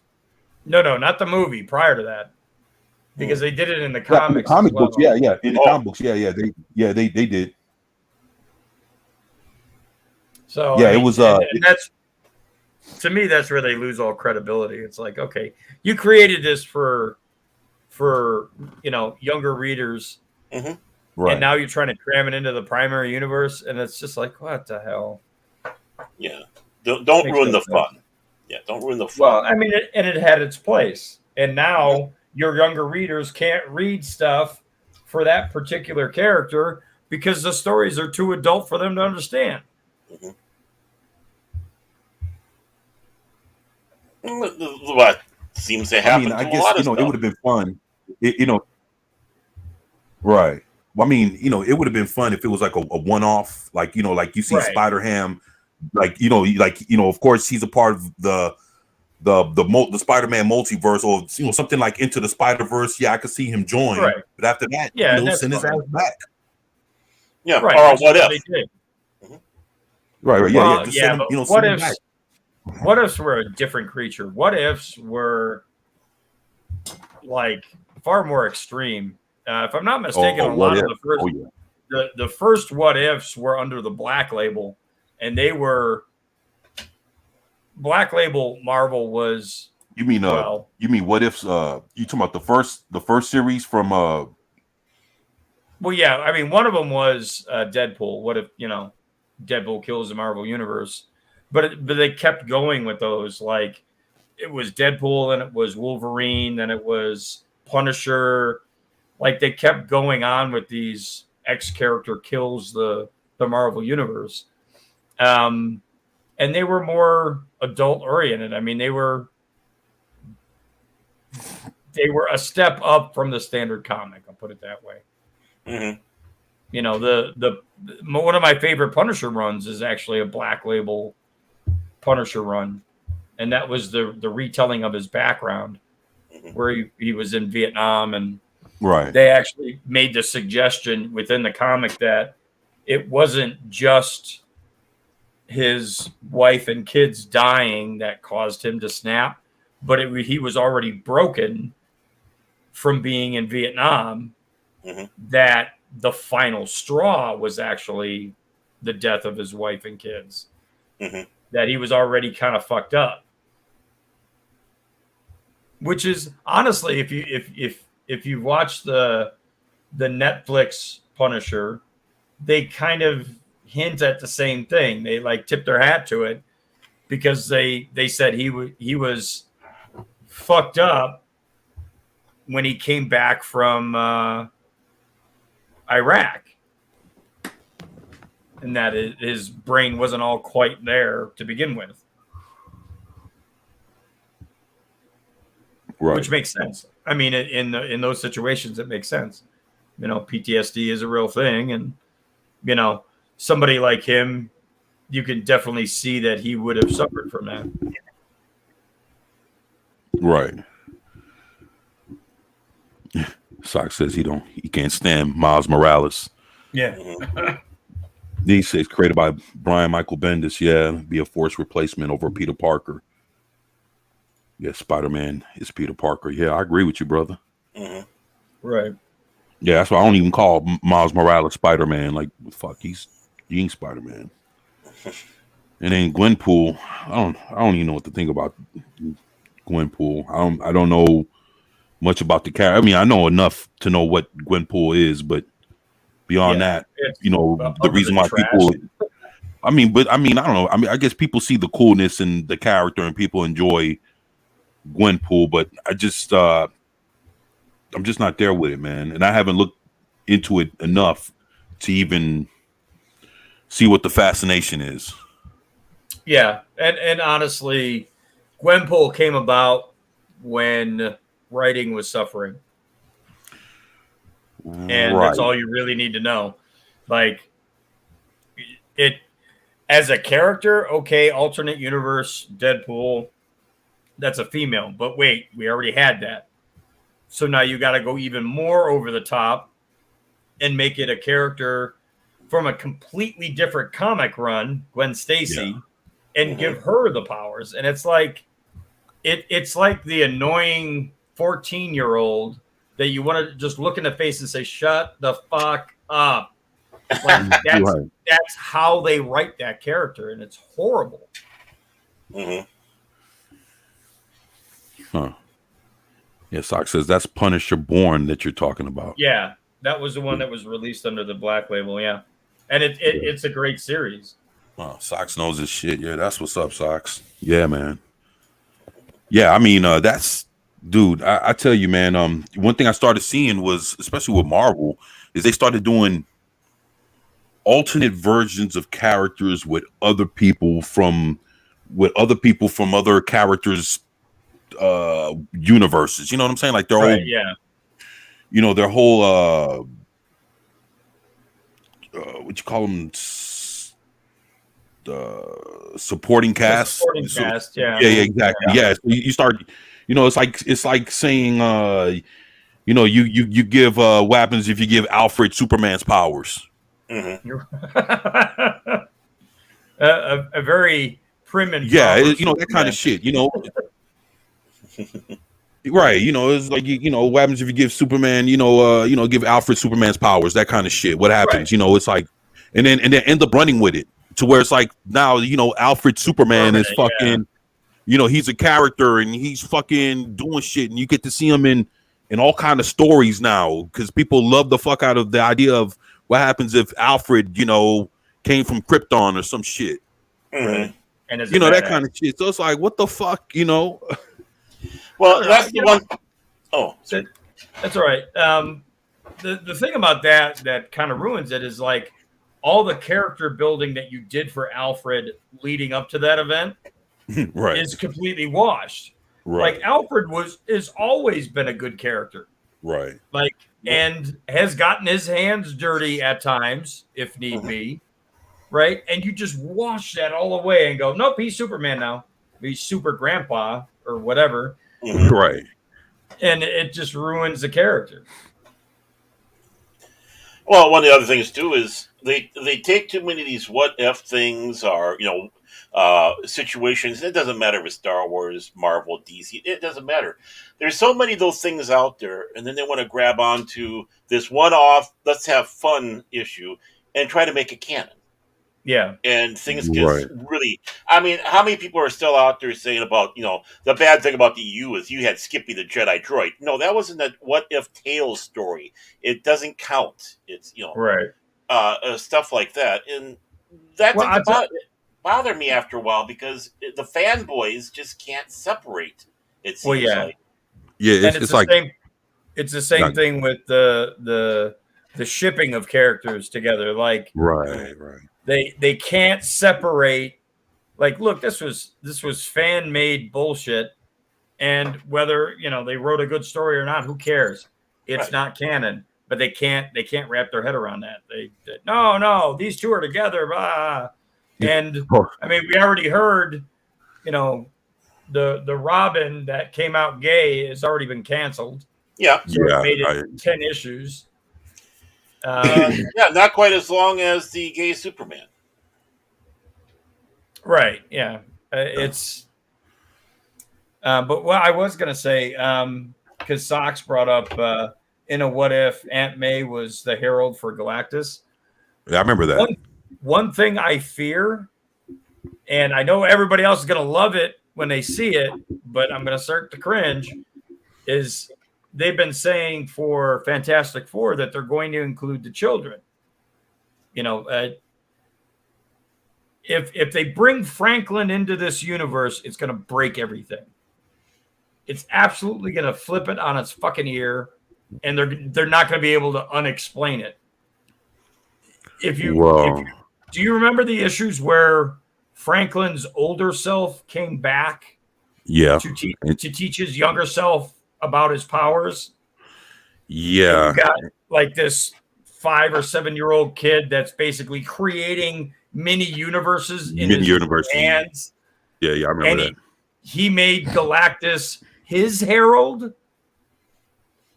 The older Franklin. Right. He made Galactus his bitch, basically. And it's like, okay, well, Galactus is supposed to be this big bad that you're eventually going to use. Mm-hmm. You know, now you've got this cloud hanging over it. Like, okay, but you've got Franklin there. Why doesn't Franklin just fucking like bitch slap him and send him away? Because Franklin is beyond Omega level massive when it comes to powers. Mm-hmm. I mean, yeah, Franklin is supposed to be he's basically on the level of like Legion, Yeah. you know. Right. Yeah.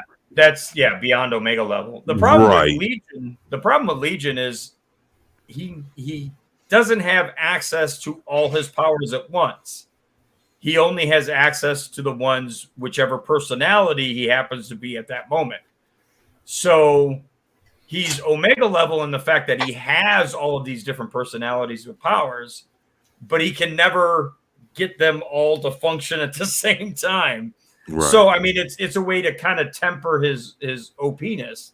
Mm-hmm. Is basically say, well, he's not that Right. particular persona, so he doesn't have that power. I do have like Sox is bringing up some good points, but that last one he says where there's no gray Jedi, you need to blame Lucasfilm for that, not the fans, because Jolie Bindo in the first KOTOR is effectively a gray Jedi. He does good things, but he has separated himself so far from Star Wars, the Jedi, that he doesn't follow that path anymore. So effectively, that's the closest thing to a gray Jedi there is. Yeah, but the thing is he's not technically truly a Jedi. Then he's a former Jedi who's a Force user now, because a Jedi is an order. So you can't have a gray Jedi unless you have some grayness inside your order. So when a character leaves, whether it, I mean, like in the new stuff with Ahsoka, she's not a Jedi. She's a Force user. She was Jedi trained. They still call her a Jedi, though. Yeah, but really, she isn't. She's not part of the Order, and she left the Order. Well, the order is broken and Right. isn't really there anymore. Exactly, but she left it even before that because of the false accusation she had against her, and she just couldn't stay around no more because of that. It was too much of a deep hurt. So even at the end of before the end of the Clone Wars, she was no longer a Jedi. She left the Order. Right. You're a Force user. But now I will say this: within the Jedi Order, there have been Jedi who have had middling opinions on things. Well, Qui-Gon Jinn being one of them. Right. That was made Right, well but known. you wouldn't consider him a gray Jedi, though. There were worse than him. Yeah. Where they didn't necessarily follow the path. They were a member of the Order, but they did not, adhere to the strict rules of the Jedi. And technically, the book version of Luke, books version, I should say, post original trilogy, had him going out to learn all of the Sith teachings to become a more complete Jedi. And in turn, what do you end up with? If you have somebody that has learned both the light and the dark side, where do they end up? Vidge. Hey, Vidge. Oh, Vidge. Yo, what's up, Hey, Vidge? Vidge. They end up in this middle moral ground. Right. Luke got married to a Sith. Well, one of the things that, like the one guy told I game with is he hates this gray Jedi because he says it gives the players the feeling that they can be a Jedi but still be an asshole and do bad things. Their stories are riddled with Jedi who are assholes. Yeah, that's just it. You can still be a light side Jedi and still be an asshole. I mean, really, if you take a look There's at a it, number of Jedi who are like that. well, I mean, Mace Windu was an asshole. Really, if you take a look at them. Yeah, The and core. Lucasfilm, pushed the envelope on a lot of those characters. Both in the books that Lucas basically greenlit, to the games he was greenlighting as well. Like the remaining Jedi Order in KOTOR 2 are all assholes. Completely. And Right. and Ed Asner plays a really good asshole Jedi. Or did. That's right. He was in that, wasn't he? Yeah, he was Master of Rook. I gotta go back and play those again. Rook. Yeah. Gotta go back and play that again. It's been a little bit. Got on my system. But as for an official faction or whatever, there's no such thing as a great Jedi for an official faction. You might have Jedis that are questioning or falling away, but I wouldn't say there's really true gray Jedis per se. I think you have Jedis that are about ready to teeter off the edge. They're close to getting that final twinge of the dark side to them.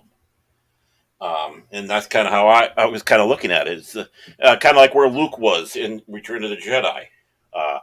He was, in more ways kind of close to the edge. How they were talking about the costuming, where he was all black. That was him teetering on the edge, finding out that he was who his father was, being lied to, basically, by Yoda and Obi-Wan. But then through the thing, the flap opens up and you see the white, and that's the fact that he's overcoming the dark side. And that's why you see, after a while, he's got that flap open on his uniform. So, I mean, I don't think it's gray. I think they're getting close to going over the end. And they can still call themselves Jedis all they want, but they're dark Jedi then. They're, what's called a dark Jedi, or basically a Jedi that went dark side. And probably thinks he's still a Jedi. Yeah, I don't know.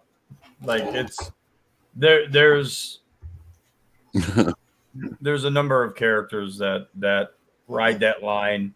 Like, you can't truly call them Sith. You can't truly call them Jedi. Right. What do they end up being? Somewhere in the middle. Right.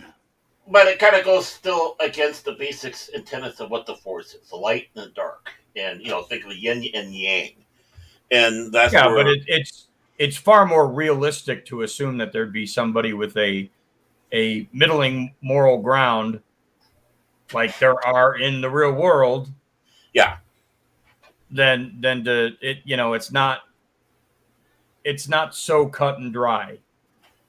Mm-hmm. But in some ways, Star Wars is that cut and dry one, because it's harkening back to the old serials where you had good guys, you had bad guys. It's good and bad.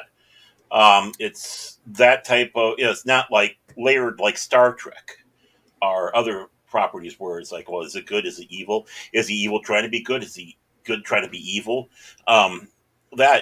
Star Wars, there's always that basic. Let's go out, have good guys versus bad guys, and occasionally have the bad guys win. I still find it kind of funny. Like, okay, so the whole moral concept is a Jedi never uses anger as a way to an end, a means to an end, right? So a Jedi doesn't kill in anger. Okay, but Jedis kill all the time. So are they killing in happiness? If they're not killing in anger, what are they killing in then? Detachment. Trying to be as emotionally detached from it as possible. Okay, but now you're swinging it right back around to gray again. Indifference. Indifference is a very gray trait. Yeah. And obviously not going out being glorified. I think many of them going out there with a pang of having to do it. And the thing is normally when we see a Jedi going out there killing things, well, it's been during times of war or strife. Right. During times of peace, you probably had a lot of Jedi that never raised a lightsaber in anger against anybody. Well, but that's what I said. They don't raise a blade in anger. So what are they raising it in when they do have to raise? Oh, Well, what I mean by when they raise it in anger, I mean, taking somebody out. That's what I meant. They weren't Yeah. having to do it in a sense of the general phrase on that way, not no, I'm angry. Um, but yeah, I mean, so Eh, yeah, it's one of those things again. Like they say on Mystery Science Theater 3000, try not to overthink it, and a lot of people have tried to overthink it. I mean, Right. really, well, yeah, but yeah. that's human nature. I mean, Yeah, well, we're that's- going yeah. to analyze shit. Yeah, I know exactly. I mean, otherwise we wouldn't be here. the hell you Right. say? Shit. We all be I mean, talking about cats. No, I don't know any cats. But yeah, I mean, it's far more realistic to assume that there is a middle ground than such a cut and dry. And that's why a lot of the books actually succeeded, is because they kind of blurred those lines a lot. Mm-hmm. The Right. whole concept of the children being opposed sides, Mm-hmm. and one having to kill the other. Like that's as well, it's not necessarily realistic, but I mean it's definitely a where you have to really, really think about what's going on in the situation. Right. It's not just I'm good, you're evil, you die. It's you're my brother, but you're doing really bad shit. Mm-hmm.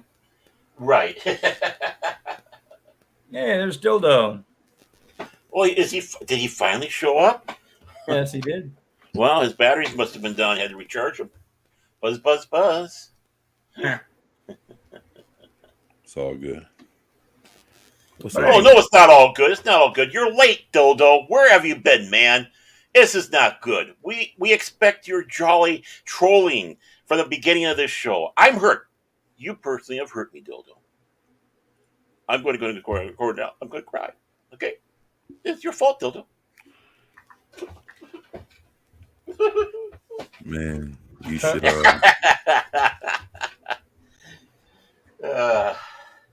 Had to give him a little crap.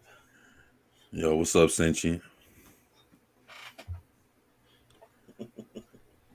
And he didn't even say hi to me. He just go, "Sup, Turk? Sup, Pat? Wow.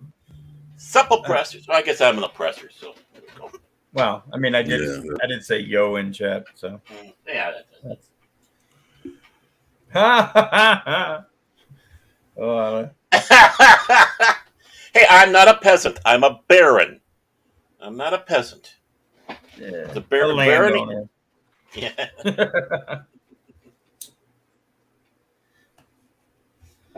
So there. Yeah. Oh shit, that's too funny. Man, so Well, that makes my night. No, seeing Cynthia Dildo here. That always makes my night. yeah, hate I that you're guess not there.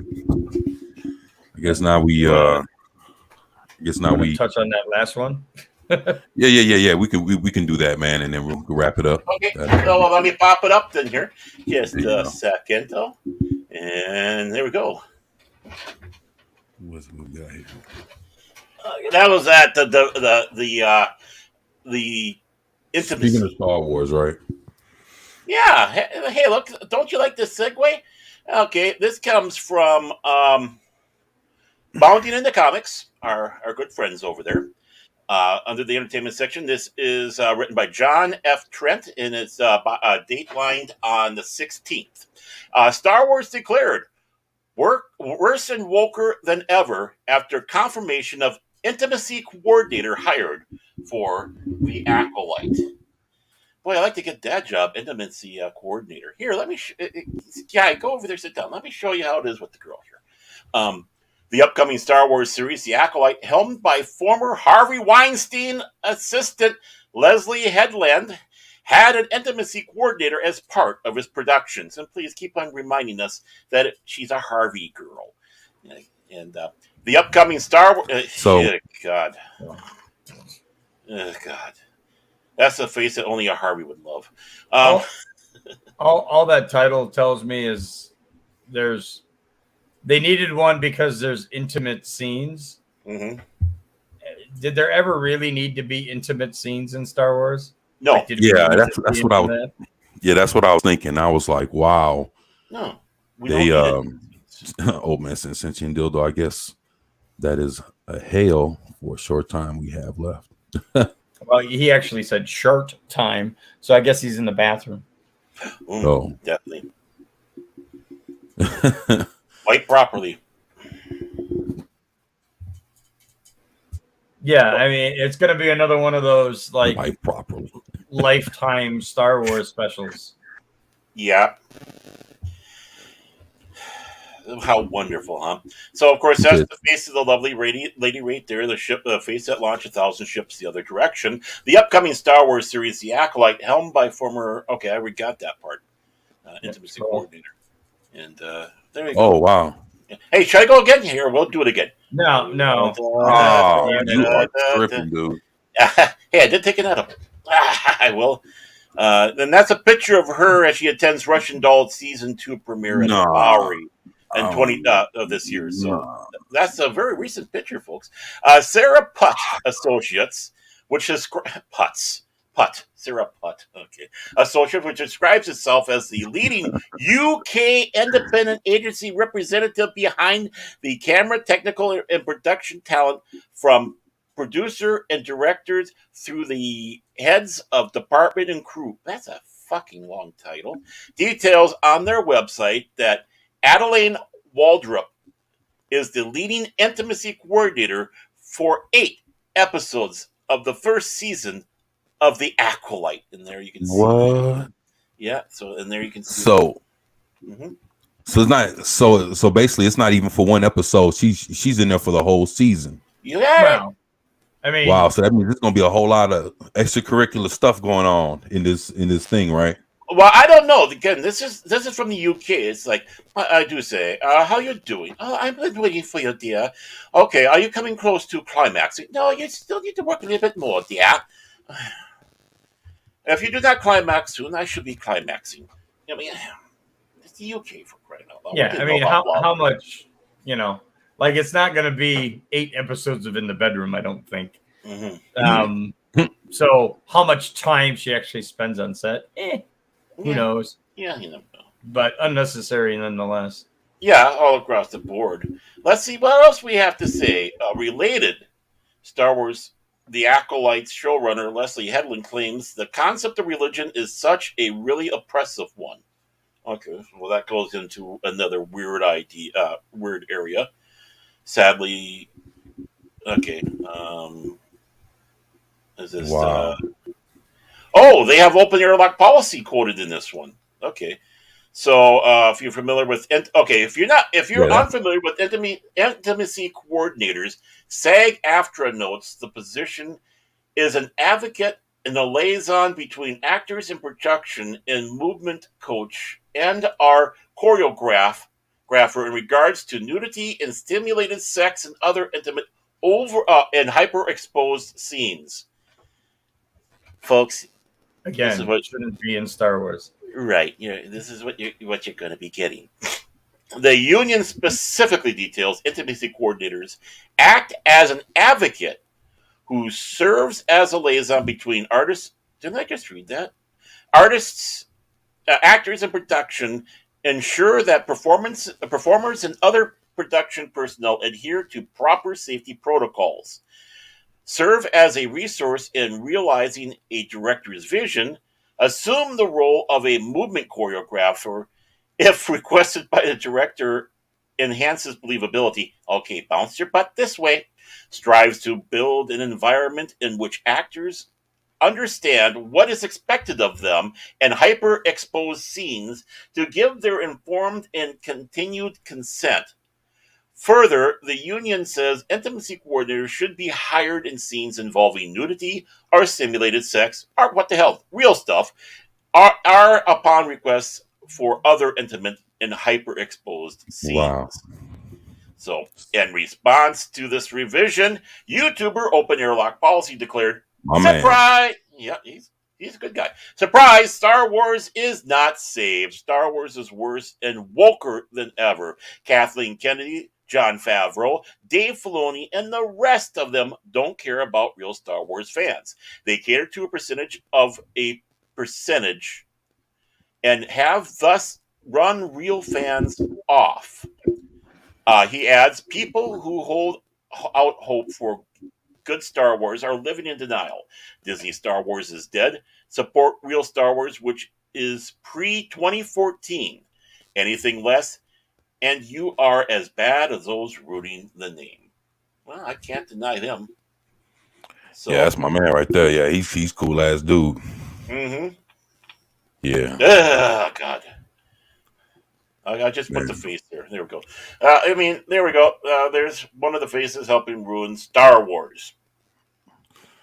Well, but that's kind of hard to say because really Star Wars has been ruined.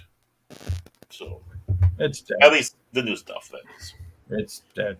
Yeah. It's dead, dead, dead. That's why I got all my pre-2014 stuff, and that's what I always refer to. yeah, man, that's crazy. Well, at least let Uh-oh. so they got to hire this intimacy coach to come in and do some shit. So, as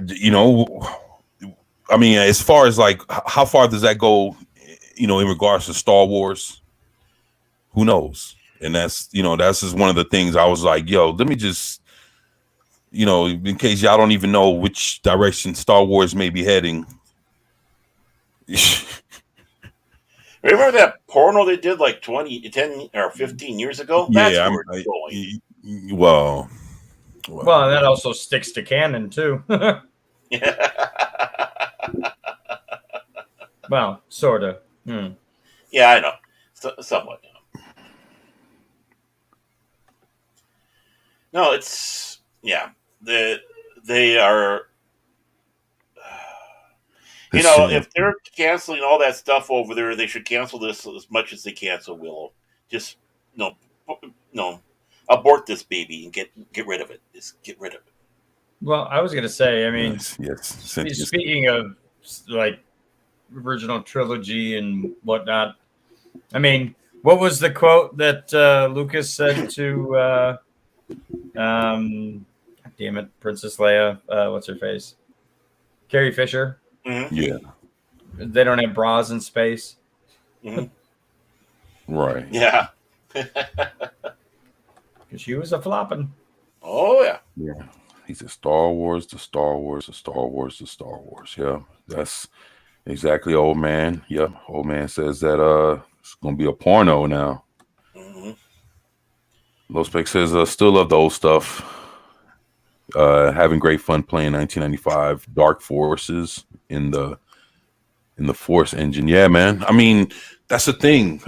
Star Wars still has a lot of good stuff. Even hey, let me ask you a question. Is the Disney or no? What now? You broke up there. No, I was asking, is the Old Republic, is that Disney or no? Oh, the Old Republic is pre-Disney. No, I'm not saying. See, there's like the Knights of the Old Republic, and then there's the Old Republic.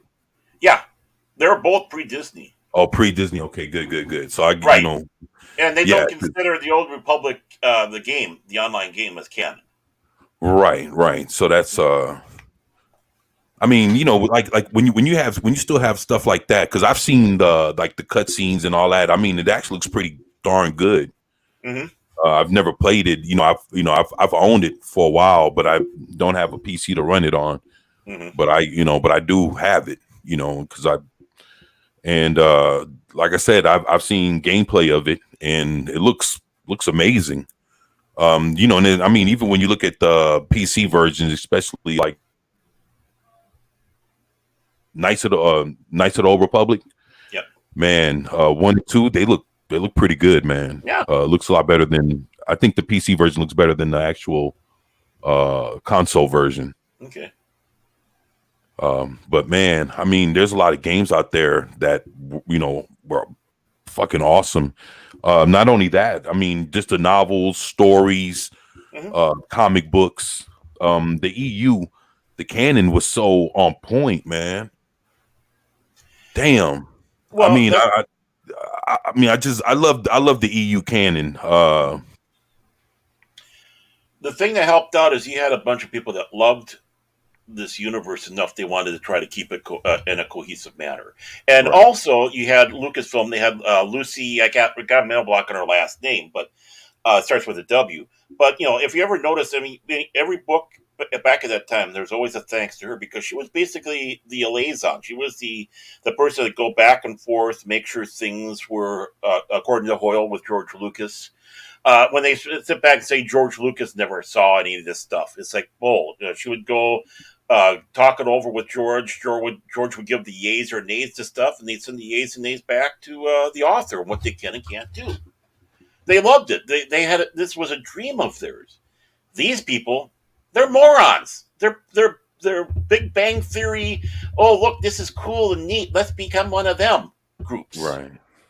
And never saw anything before this in their life because they wouldn't be saying some of the ignorant shit that they are about Star Wars and Star Wars fans. Matter of fact, let me see. There's one documentary that is called Starweight. You ever heard of that? No. Yeah, I actually own it. I need to give it a look over. It's about the watch their movies, be standing out there, in the tents and all that. But the thing is, man, people don't do that shit no more. No. And I mean, just to know that you had it at a point where people would actually camp out to be the first person to watch your shit. Right. That's how much that shit meant to somebody. They spend a whole week, have family members and friends fucking rotate out so they can go to use the restroom, take a shower, come back, go home, do some shit, come back, reserve their seat. You know what I'm saying? Like all kind of wild shit. Yeah. I mean, to be fair, people slept out for a lot of different things over the years. Concert tickets. I remember sleeping out for concert tickets. Early video game stuff. You slept out and waited for the release of X titled video game. What? Oh yeah, yeah, that was a big thing. Like, typically the I don't know. I remember doing that for Star Wars.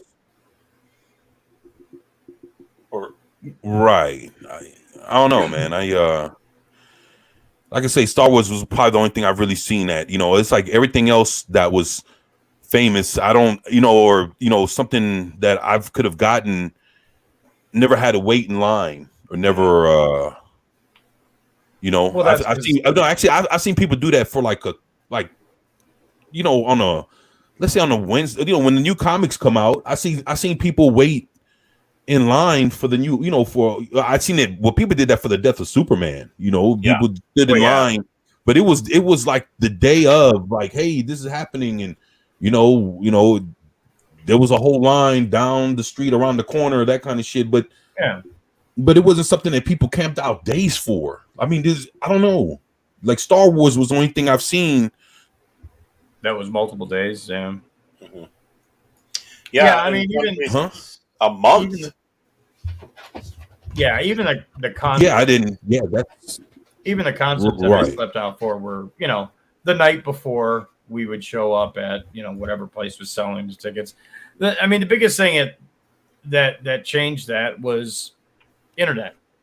Now I can just wait for it to release and then order it or pre-order it, and it'll show up on the day that I ordered it, or it'll show up on the day it's released. So you don't have to do that anymore. Now, with concerts, it still sort of happens, but that's only because fucking Ticketmaster is a big pile of shit, and the crap that they've been putting people through is horrible. But Black Friday, like Black Friday doesn't even happen the way it used to.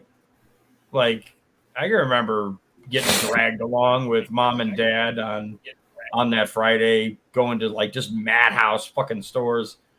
Like that doesn't even happen. Like Black Friday, you go to a store and there's hardly anybody there because they've already ordered their shit online. Mm-hmm. Well, and I mean, especially after you've seen a lot of the fights, some people are like, yo, I mean, between like all the fighting that used to happen before COVID and then when COVID hit, people are like, man, why even, why be even in an area where there's like a million motherfuckers just to fight over a box or some shit? Not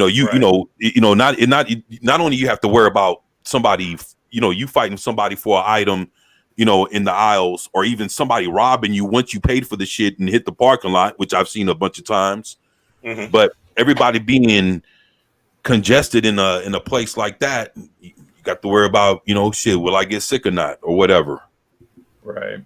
So I mean, that's another. And humans are as much as we lean on our technology, we're devolving, not evolving. We're de-evolving. Mm-hmm. Like the most basic mentality when it comes to showing up at a Waffle House of all places, it turns into fucking Friday Night Wrestling. Like it's just off the chain how fucking rudimentary these people are broken. Yeah. Yeah, that's it. That's all I had to say. People are fucked. Shit, huh? What's up, Glenzer? What's going on, man? Yeah, man. It's it's oh shit. Yeah, actually, I know, right? Fuck, that's my fault. Yeah, but I was actually like I say, to have people, wait, in line for your shit. That's special, man. Especially like, like I said, with Star Wars, it was man, I don't know, it was just something about that, man, where everybody, right? Not everybody, but you have your folks that would dress up and dude, it was wild, man. It was some I've seen where it was like a party, kind of like, sometimes people got into fights, it's like you just saw all kind of different shit with that, man. And but it was a thing that people, they were there, for Star Wars, man, and right, they lost that, man. It's like fuck, it's like I said, even with movies, man, I don't think I've ever seen anybody camp out for a movie, well, the way they used to camp out for Star Wars, man. And theaters have evolved into a very different scenario as well. Like people were waiting in line to get tickets because said movie was only in one or two theaters, or one or two, spots in a theater. Mm-hmm. Right. Whereas now you go to every single theater and they've got like 6, 7, 8, different rooms that are showing the same movie. Right. Like you get to the point where you can go at any time and get a ticket. Mm-hmm. Like it's not so pressing anymore. I know, right? Hey. Oh, wow. What's going on, brother? So I'm super late. I woke up like 20 minutes ago. And I was like, holy shit, it's late as hell. I did not realize I slept the whole day away. So sorry about that. But hey, everybody. I know you guys are probably about to wrap up, but just want to say hey.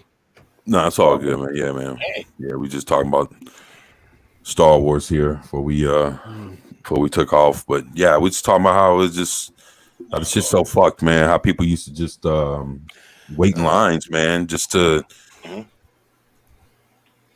When you had true blockbusters. That's the kind of love people have for the shit, man, and they lost it. They blew it, man. They when you have people that love your shit so much that they used to stand in line for so long, man, and camp out and just to watch your shit, and all of a sudden, you do your own, the franchise gets done so dirty, man, upon itself that people can give a fuck less for camping out to do shit when it comes to, your franchise now, man.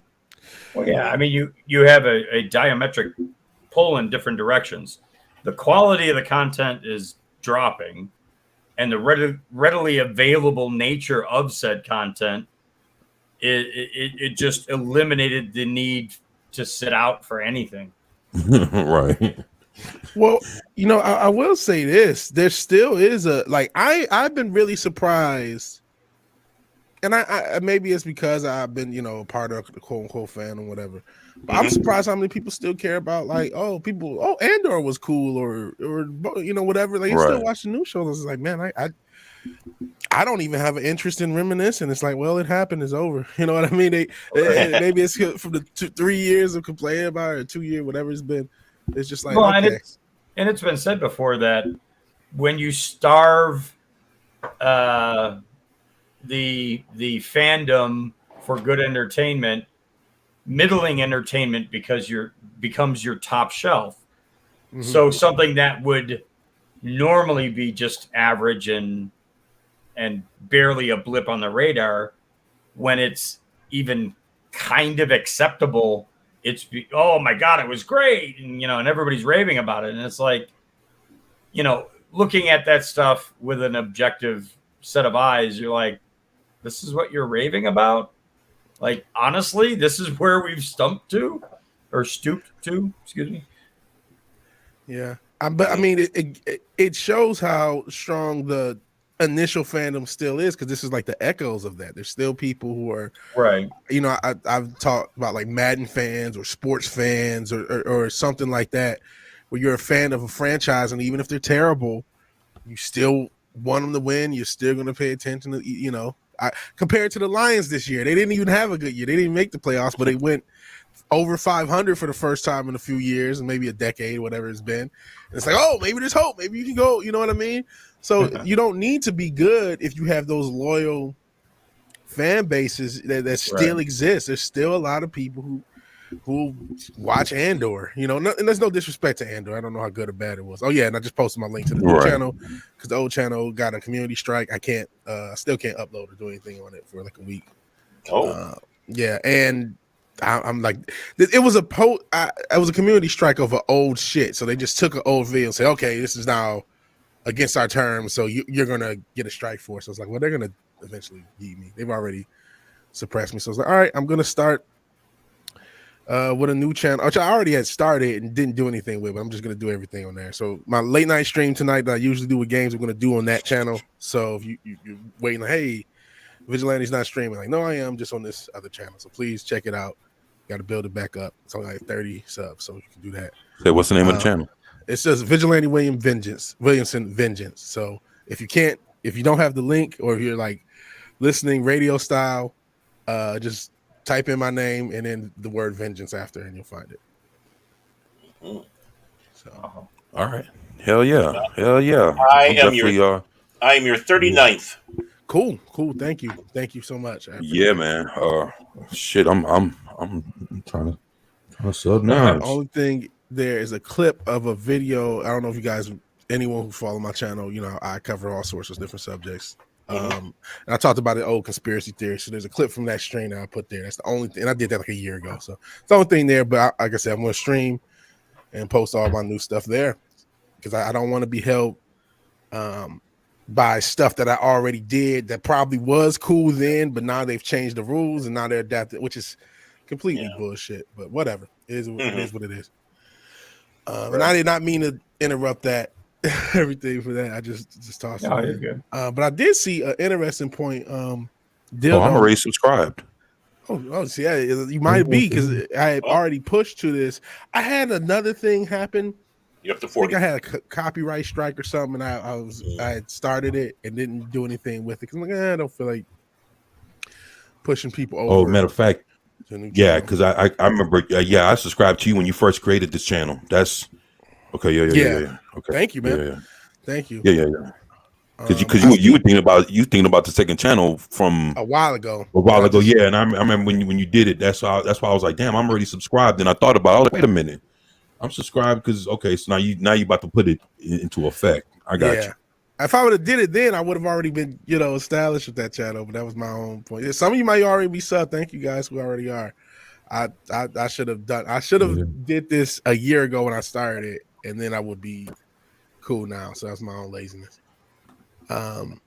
That's what it is. That's the point I wanted to talk about. People praising The Last of Us. Shit, so mid. I stopped watching mid-season. A lot of material. I didn't see The Last of Us, and I still am going to check it out. A lot of material now is very mid, man. Not even outside of the Star Wars thing or some of the fandom stuff. I feel like a lot of the stuff that gets praised, even by normies, is very like middling. I feel like 5-7 years ago, whatever it was, there was like this height of really good television, or whether you want to call it the streaming services stuff. Mhm. There was a lot of good TV shows on, and now it's not as many, but people are just so happy to have anything, like we were talking about even with the Star Wars thing. It's that same principle, like, oh, I got something, so I'll just take this mid average, thing and just praise it because at least it's something. Right. We've passed peak TV, Pat S. That's a good point. I think we're pat. That's why we're in the new world where streamers are the biggest thing, and YouTubers and TikTok. Well, for now, TikTokers. I don't know how long that's gonna last. But the internet personality has exploded the past 4 or 5 years, especially the past few.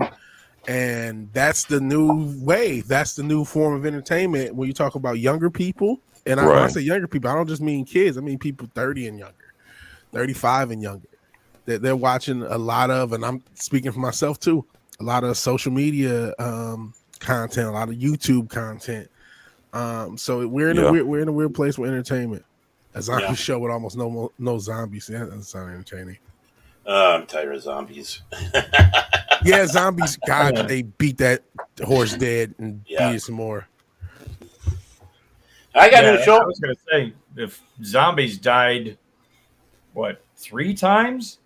I mean, if you want to take it all the way from the early 70s, there were 3 different distinct sections of zombies, and it fell off each time. Yep. This last time was the most surprising because it was like with the Last of Us game, even in a lot of material, they were taking it very seriously. Obviously, The Walking Dead, World War Z, all these things. They took it kind of more serious, where like the older stuff was a lot more campy. And then video games had a good thing with it too, man. A lot of zombie games. Yeah. Well, and you also had mainstream games like the first Red Dead Redemption have a zombie DLC. The zombie mode. Then you had like Black Ops. Black Ops had a zombie DLC. Zombie it wasn't even just whole games. It was just little DLCs added onto games that kept pushing it. But I'm tired of the zombie stuff. It's really tired. It's almost like you can hear them at the studios right now. Hey, I got a new pitch for a movie. It's not a zombie thing, is it? Yeah. It is, isn't it? Yeah. Well, honestly, I mean, you could do a documentary on the zombies now and just lame it Left Wing. Or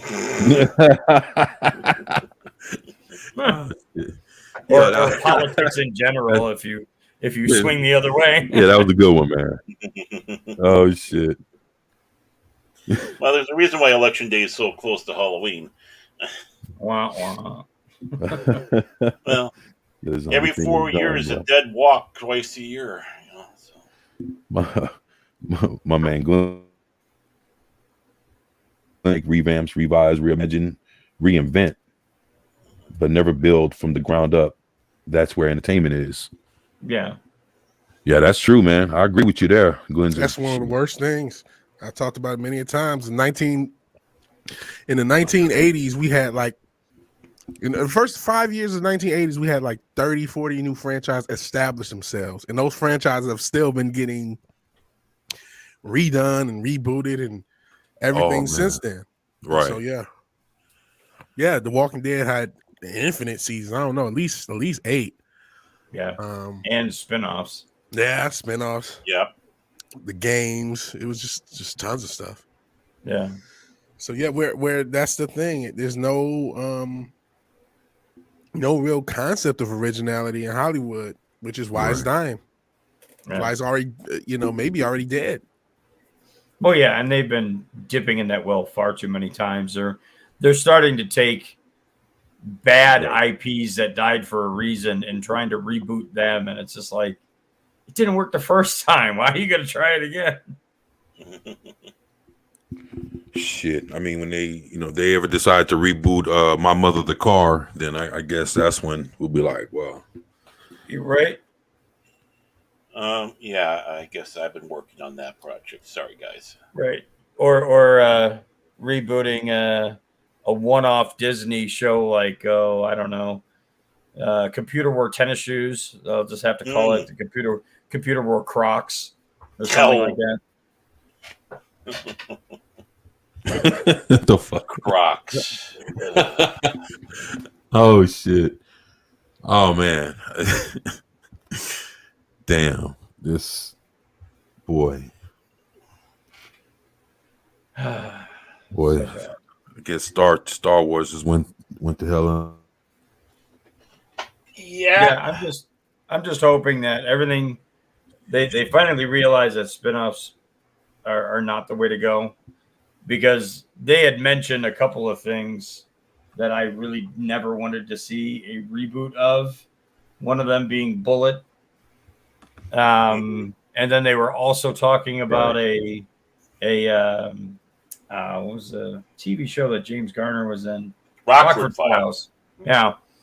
And they were talking about rebooting Rockford Files. And I was like, how could you have Rockford without the Firebird? Because that's what he drove. Mm-hmm. I'm going to put him in a fucking smart car or some bullshit. In having, oh, God. And of course, the answering machine in the beginning, that was always a big part of it. You can't have that answering machine bit no more. But it'll just be voicemails on his cell phone. Yeah. Now, look what they did with Magnum PI. I mean, I guess it's still going on now, but no. Oh, it sucks, dude. No, it's horrible. I know. I only watch about. Say, Vigilante, did you watch Magnum? The original or the new one? Yeah, I was just about to say the original. I mean, I when I grew up, there was a lot of that stuff they would just rerun. So yeah, it'd be on. You watch a little Magnum PI. I couldn't tell you any stories or anything offhand, but you just remember it. You know what I mean? But no, I haven't watched the reruns of that. Remember they did a Hawaii 5-0 reboot. Right. Yeah. And that was okay, not great. Yeah. Yeah. You know, they're fucking redoing Perry Mason. I'm not surprised. It kills me how they're just so redo. Like, and when they do it, they change so much. Just why aren't you making something new? You don't have to redo and use these brands, especially like Perry Mason. Nobody in my generation and younger gives a fuck. That's not going to draw anything. Yeah. No one's going to like, oh, Perry Mason, let me look. It's like, well, most of the Perry Mason fans are dead. Yeah.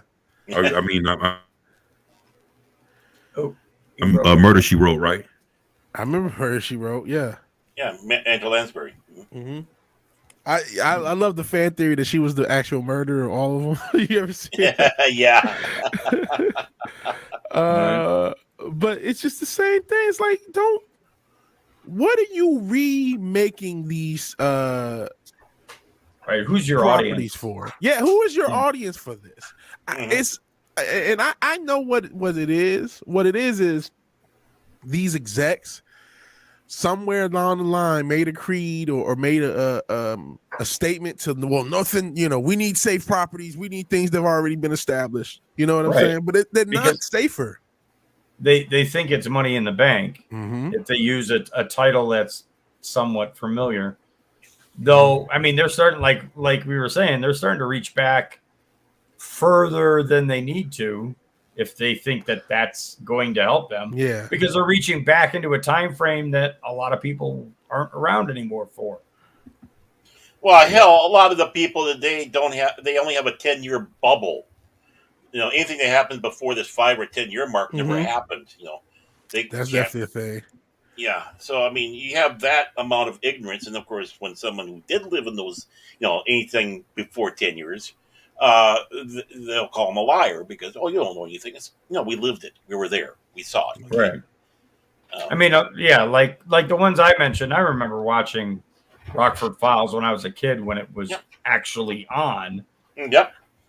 But that was in the later seasons, 76, 77, 78. And I was all of, 5, 6, 7 years old. I wasn't very old. So, to reboot like something like Bullet, which was 1968. Yeah. Yeah. It was 68. Yeah. Why? Like, just why? That's his point. And Glenn, do you know why this is? Why there's so many shows done after one season? Nobody's watching any of this, right? No, good, bad, whatever. The ratings for everything across the board are down. And so what it is the only shows that are going to renew are the shows where there's either an agenda element or there's the creators are connected enough to get their stuff more seasons. See Batwoman, right? See Batwoman Swamp Thing. Swamp Thing, Right. which I didn't see, but everyone said it was really good. I think it only lasted 1 or 2 seasons. Batwoman got one season. Batwoman got 3 seasons. And it's like, well, Batwoman had an agenda. Swamp Thing didn't, and neither one got watched. Even if you like Swamp Thing, it didn't really get, neither one drew enough ratings to actually justify it. It's just that the bad show had the agenda, so they kept it going. Well, yeah, and how many of those were renewed after like 1 or 2 episodes? That's insane. Nothing ever got renewed. People who worked on those old TV shows would get to the end of a season of, filming, because obviously they filmed before they aired, and they still didn't know whether they were renewed. They wouldn't know until the last episode aired. The season. Or sometimes even beyond that. Like they'd get home after filming, and maybe a week or 2 later, oh, okay, the ratings are doing well. You're renewed next season. You're going to start filming in 2 weeks. And they'd have to rush back to film again. Like, this shit's getting renewed. Hell, I mean, one of them fucking renewed before it even aired. And it's like, how? Like, how do you do that? They were clicked in, or like I said, the agenda stuff they like pushing again. Right. But again, the good stuff, it might do okay, but there's nothing doing great. The only thing that gets ratings on television, like actual broadcast, old school television, I think is like sports, mainly football. Everything else is lucky to get 100,000 people to watch. Like, seriously. Like, I remember everyone was talking about those Batwoman ratings, how bad they were, but most people didn't context with how bad ratings are in general. There's a lot of stuff that's getting similar numbers. It's like, holy shit. The sad thing is how many of these shows that are good but not being watched and getting canceled right away compared to the ones that aren't doing good and have the agenda. What would have happened if it's the other way around? That they got rid of the agenda show, kept the other one around, and it starts getting followed because it is good. The word of mouth does work. I mean, a lot of people don't realize Cheers was almost canceled that first season because it did so poorly in the ratings. But Brandon Tartikoff, but I believe it was Brandon Tartikoff's wife, I believe it was, that said that she liked the show, so he kept it for another season and it started to take off. Right. Yeah. A lot of those older shows needed multiple seasons to catch traction back then. And a lot of shows are just not even getting that. It's just like, 1 season, that's it. Well, yeah, and like, even then, if you go back and watch Cheers, that first season isn't all that good. It didn't really start building up steam until, I would say, season 3. Yeah. And, it where you start to get an idea of who those characters are and why they yell Norm for the guy who walks in. Like, once you get into a groove, that's when that content starts to shine. And a lot of these shows that are getting canceled after 1 season aren't getting that opportunity. Right. It better be a hit from the get-go or you're done. But in many ways, it was kind of that way even back in the 80s and stuff like that. I mean, they put a show up against the Cosby Show, which was a big giant, and then sit back and say, well, you didn't get the ratings, we're going to cancel you. Even though the show probably was a great show. It's like, what were you thinking? You put up against Cosby? That was considered a death spot if you had a Cosby or a Friends or a... Because that's what they would do with shows they didn't really believe in. They say, we're going to put you up against Cosby. We're going to put you up later on. We'll put you up against Seinfeld or a show that's like a monster runaway hit to kind of sabotage you. And or they bounce on, if they did get a second season, they bounce into a different day and a different time. And that would fuck people up. They wouldn't know when the show was actually airing. Yep, they did a lot of little tricks. But conversely, if they cared about your show, they would like, okay, let's put you after Cosby or right before, whatever, to try to, especially if you're on the same channel. Oh, we'll lead into it or have those, some of the viewers stick around. They watch yours, and that's how you got. It's how you used to get those cool blocks of television where you had 3 or 4 really good shows back to back to back. Oh My yeah, question, Zach, was it Brave too? yeah. Actually, Dildo says that in the next quote. Oh, I didn't see. I don't have that And screen Brave. up. Yeah, I he's don't like, have that screen up. he's like Equalizer remake was stunning, and then Sentient said, Brave. very Okay. brave too, Zax. Okay. That was a joke. Yeah, I mean, it was stunning that they got Queen Latifah to move like that. Body double, CGI, deep fakes. Right. I mean, I'd love to see the behind the scenes, the stunt team. Like, all right, who gets to wear the fat suit this week? Some poor schlep raises their hand, like, fuck, it's me. I got the short straw. Zax. He's NCIS. Yeah, that was another one that irritated me. The original NCIS was okay. I mean, and being somebody who was in the Navy, and I've actually, dealt with people who were part of NCIS. Right. I mean, the show was complete and utter bullshit, but it was entertaining. Shit like that doesn't go down in the fucking Navy like that. But then when they came out with the LA one, I just cocked my head sideways and went, what? No, the naval base isn't in LA. It's in Long Beach, in San Diego. So why is it called LA? They could have called it SoCal. That'd have made more sense. Yeah, sort of, but not like San Diego is SoCal. Yeah, I guess. Long Beach isn't. And technically, Long Beach is a bigger base because they've reduced San Diego to almost nothing now. Yeah, but none of us know that. That'd work. Yeah, it just made no sense.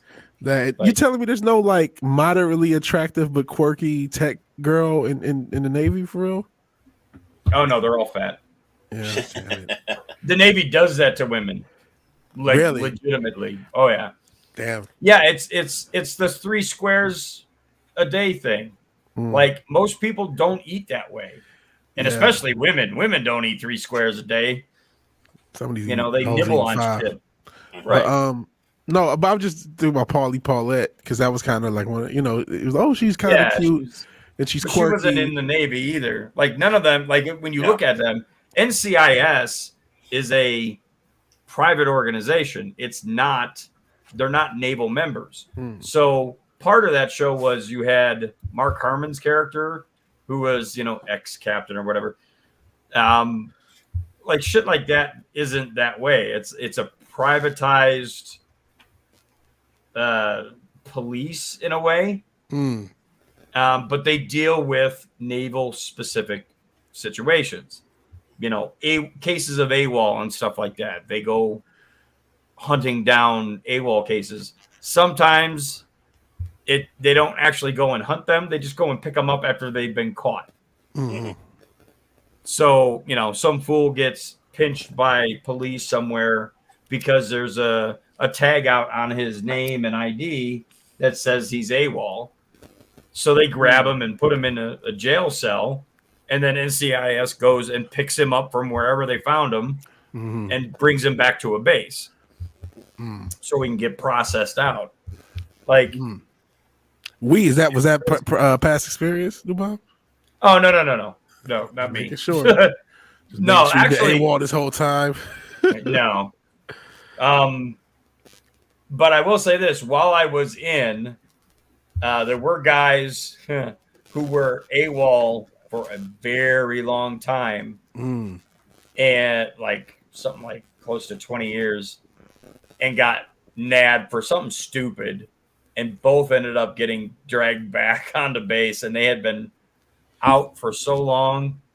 It was ridiculous. Wow. And they brought them back just to process them, to send them back out in the world. Wow. Real quick, Central Diddle says the NCIS isn't one of the most successful franchises. I think it is because, as far as ratings goes, one of the last, Law and Order, Law and Order probably up there too. Grey's Anatomy, but those CBS shows, I just talked about football. CBS's block of TV right after football was one of the most successful blocks of TV in history. because right after football, people would stick around and watch NCIS and all those other shows. I can't remember offhand. It was a couple of them. Mm-hmm. So yeah, that it probably is because one of the last ratings massive shows. And NCIS was also a spinoff of JAG. So forgot all about Jag. Vaguely, yeah. I mean, there were no common characters between the two, but yeah. No, but they did have some interchange at least once. Right, and that was the other bullshit show, military show. Oh, like, that was... JAG officers are not. They're just lawyers, nothing more. Mm-hmm. They don't fly planes. They don't draw weapons. They don't do any of that JAG shit. They made Jag seem like he was cool as shit. Right? I mean, he was the all-purpose, like, human Superman. Yeah, he was almost like Proto-Jack Reacher and shit, man. Like, right. You know what I mean?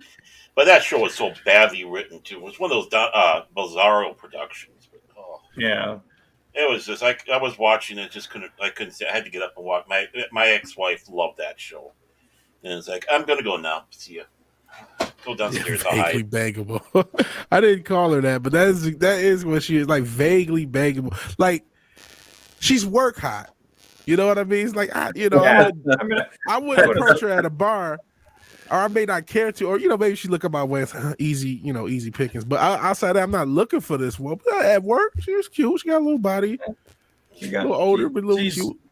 She's a nerdy goth chick. Easy pickings. And that's how they wrote her. Chick. Yep. Yeah. No trips down to the laboratory at the workplace with her, stuff like that. Nothing wrong with little easy pickings. No, you can't do that shit now. Maybe back then though you could. Back then you could still do that shit. But nowadays I wouldn't play that game. Oh hell no! Yeah, the cameras everywhere. You get caught up quick. Yeah. Well, that character, the actress that played that character, she had issues, and she only lasted how many seasons?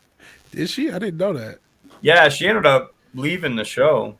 Yeah, I mean she was on it for some time, but yeah, she did leave. Yeah, she ended up leaving under strange circumstances, and not of her own doing. That she had issues with Mark Harmon, supposedly. Oh shit! Little me too situation. It never progressed that far. But from what I had, gleaned off of, reporting, yeah. She has some age on her. That's rumor had it that was the issue. Mm.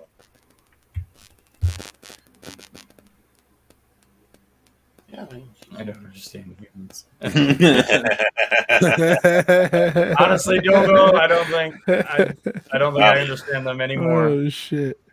I don't understand humans either. And then Mexico said U.S. troops picked them up for nothing, then hold them till they were AWOL and turn them in for reward. Oh, did that to us? Fucked up. Oh, okay, shit. Damn, that's fucked up. It's fucked up. Oh man. Don't go to Tijuana. Yeah, man. This sentient was like, would a Jag spinoff be called Jag Off? Damn. Actually, that's what I always used to call it around the house. It's like, oh, it's Jag Off. Yeah. Fucked up. I didn't like that show. Well, that was one of those shows that went from one network to another. I think it started on NBC, and then it went to CBS. If I remember right. Normally when shows make a jump like that from one network to another, man, dude, they never hold up the same production quality. Mm-hmm. And there was a difference. Yeah, there was a difference in the quality, but I think it may be improved. I'm not too sure. I didn't really care. I just watched. I just remember. I think when it did go to CBS, I started watching. It's like, you got to be kidding me! This is what they passed for writing by. I just couldn't. I couldn't. Right. It was so cringy, so cringy. Just on that front. But yeah, what was that show? Did it go like about 4 years, 5 years? I don't know. Yeah, I think it went for like 4 or 5. Mhm. Yeah. Too many. It should have been canceled after that first season, not the NBC.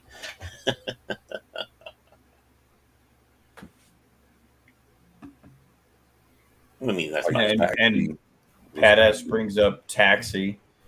I would say they, not even just that they went half the budget and changed channels or whatever, but honestly, they had kind of told all the stories they really could tell.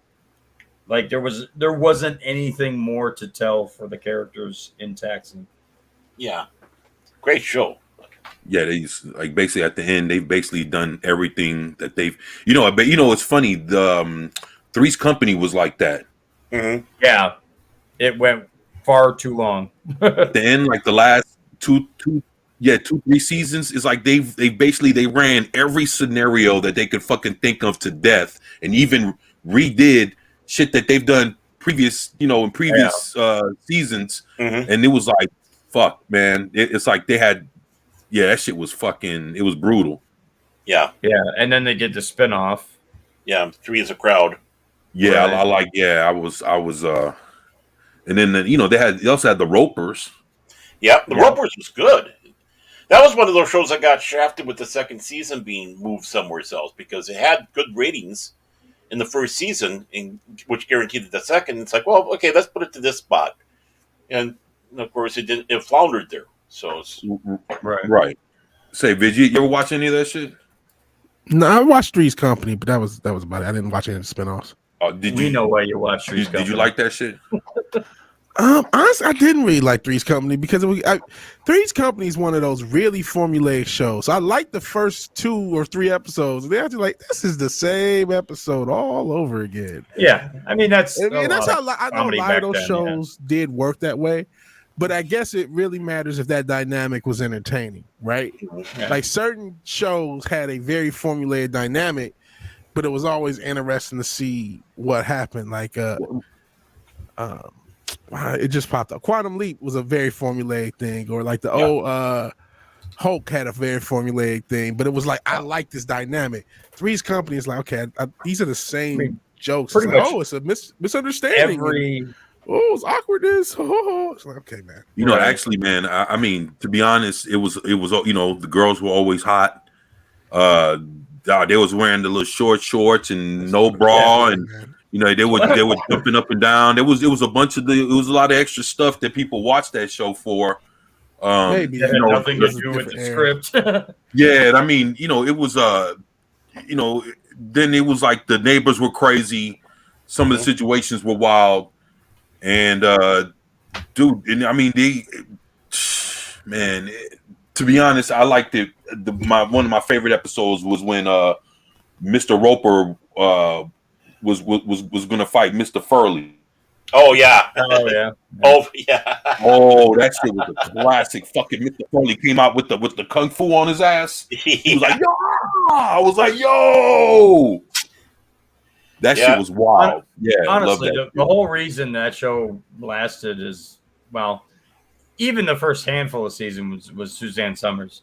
Yeah. People were watching it because right around that time she showed up in Playboy. Mm-hmm. And any male of any straightness was paying attention, and she was there. Sorry, I'm laughing at him. Go ahead. But yeah, I mean, they were watching for her, honestly. Mm-hmm. The comedy was middling at best. Just fucking. John Ritter was good at slapstick, and honestly, that wasn't really the container for him to be in. He should have been doing movies that early on, and instead he was doing TV. Mm-hmm. And the slapstick, when you put a laugh track over slapstick, it loses its genuine funniness, and it just becomes a shtick. That's it. Yeah. But yeah, I mean, hell, I had that Playboy issue with Suzanne Summers. What? So, yeah. Oh hell yeah! If I remember right, it was like she posed for him before she became famous. Then they decided to run with it, so she was trying to stop them. Yeah, and it didn't work. Yeah, it didn't because work. she signed the rights away to the images, so she Yeah. had no choice. Damn. And I mean, she was smoking back then. Oh man, Vid, you looking that shit up? I am not. I'm playing Tekken. I'm gonna be honest. Oh, all right, man. No, I'm thinking about doing a tournament in a month. So I'm like, I got to practice as much as I can. I don't know if I'm gonna do it though because I still suck. Still getting whooped on. So that's where I'm out. I'm debating. Well, you had kind of the similar thing though too with Denise Crosby with Star Trek Next Generation. She had posed in Playboy, and they took brings up a good one. It wasn't just Judy Landers. I mean, that show was just Judy Landers, but both the Landers sisters were in a show called BJ and the Bear. Who's that? Oh, you need to go look that up on your own. Nah, I mean, is it something we can let's show a picture? What we got? Well, I mean, there might be something we could show. Yeah. Let's come on. I'm not scared, man. So Vid will tell you that. Yeah. I'll let you know. Judy and Audrey Landers. All right. Let me find a good picture that's not dirty. This one's pretty decent. Okay. Are you ready for this one, Vid? Let's. I don't know who you talking about. So let's hope. Let's see. Yeah, let's see. Exactly. I'm like, shit. Let's see what we about to get with this Judy Landers, huh? I mean, it might be somebody I've seen, and I don't even know. I can't put the name. I don't know. It might be. I mean, you may recognize one of them. Right. I mean, there. Yeah. I know who they are. What's this? Holy shit! Hold on. Who's no nudes there, so it should be safe. No, you're good. You're. Oh, the one to the left. Yeah, she was the more prominently busty one. Yes. Right. That's now the one to the right. I don't think I've seen, but they look similar, so you can tell. Yeah, they got. Yeah, I mean they're related. They're sisters. So the one to the left, her name is Judy. No, Judy is the one. If I'm not mistaken, Judy is the one on the right. Audrey is the one on the left. Yeah. So who's the one on the white? The one with the white shirt? Audrey. Okay, Audrey. That's who I've seen. Ooh, why? Okay. I love puppies too.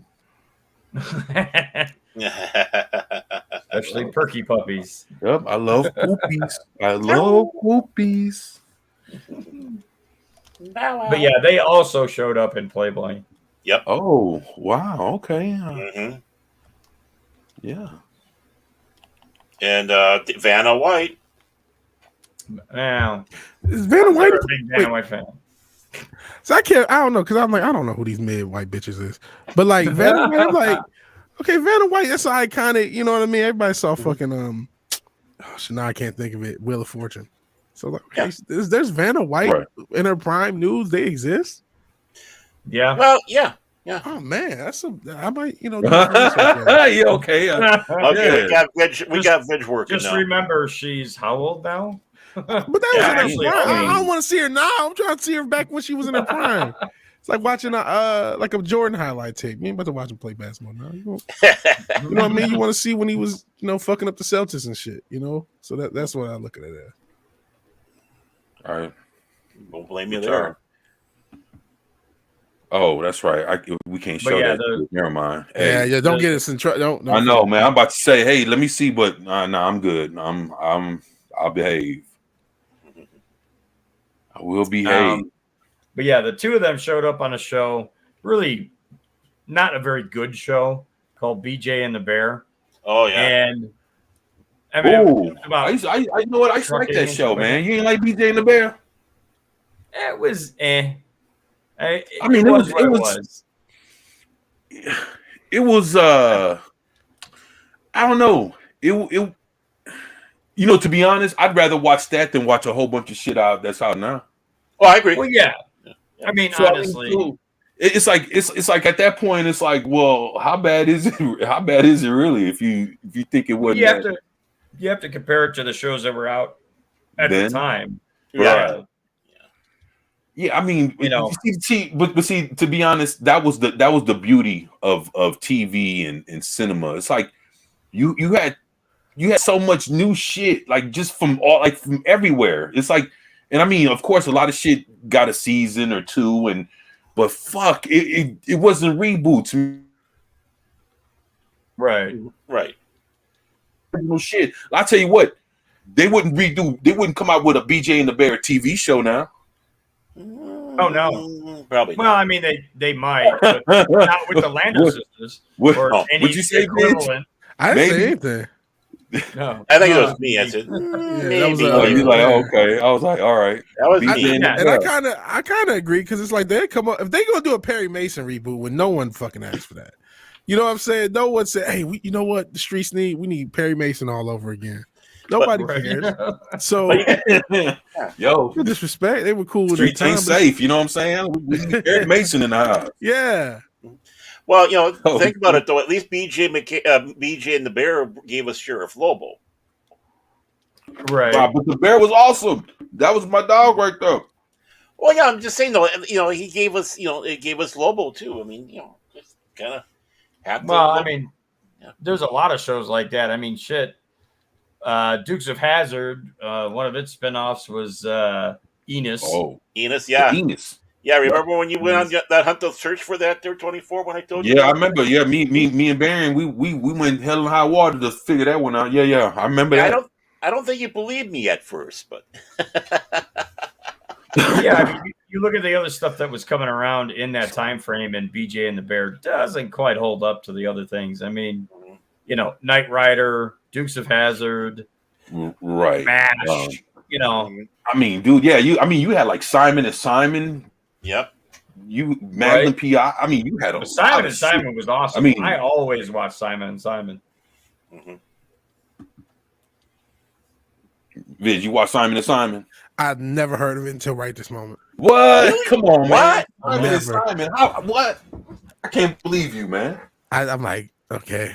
I was not expecting. Like, please don't ask me about those Simon and Simon. I don't know what the fuck they talking about. I've Okay. never heard. I don't know Okay. Simon or Simon. let me try to explain it. You ever see The Odd Couple Yeah, in whatever variation? yeah. Okay, so take The Odd Couple and make them private detectives. With a One, helicopter. a helicopter and two very nice vehicles, I might add. But yeah, one brother was kind of the prim and proper, wore a suit. The other one was more hick-ish, Yeah, rugged, Yeah, rough around the rugged, edges. and Yeah, right, and a bit of a slob, rough around the whatever. edges. Kind of. yeah, Right. Major Yeah, but Dad then- himself. Yeah, the same guy. Yeah, Yeah, Joe Green. yeah. No, it was a really good show. I mean, Well- if I'm not mistaken, Simon and Simon went for like what 5-6 seasons? So, something like that. It went Yeah. for Something like a that, little yeah. while. Yeah, he had a good run. There's no doubt about it. Yeah, But, yeah. But the other things too, you can't forget the Miami Vice and stuff like that. That was also people were competing. Yeah, I mean, and plus you had like the Fall Guy. Yep. Yeah. Fall Guy was good.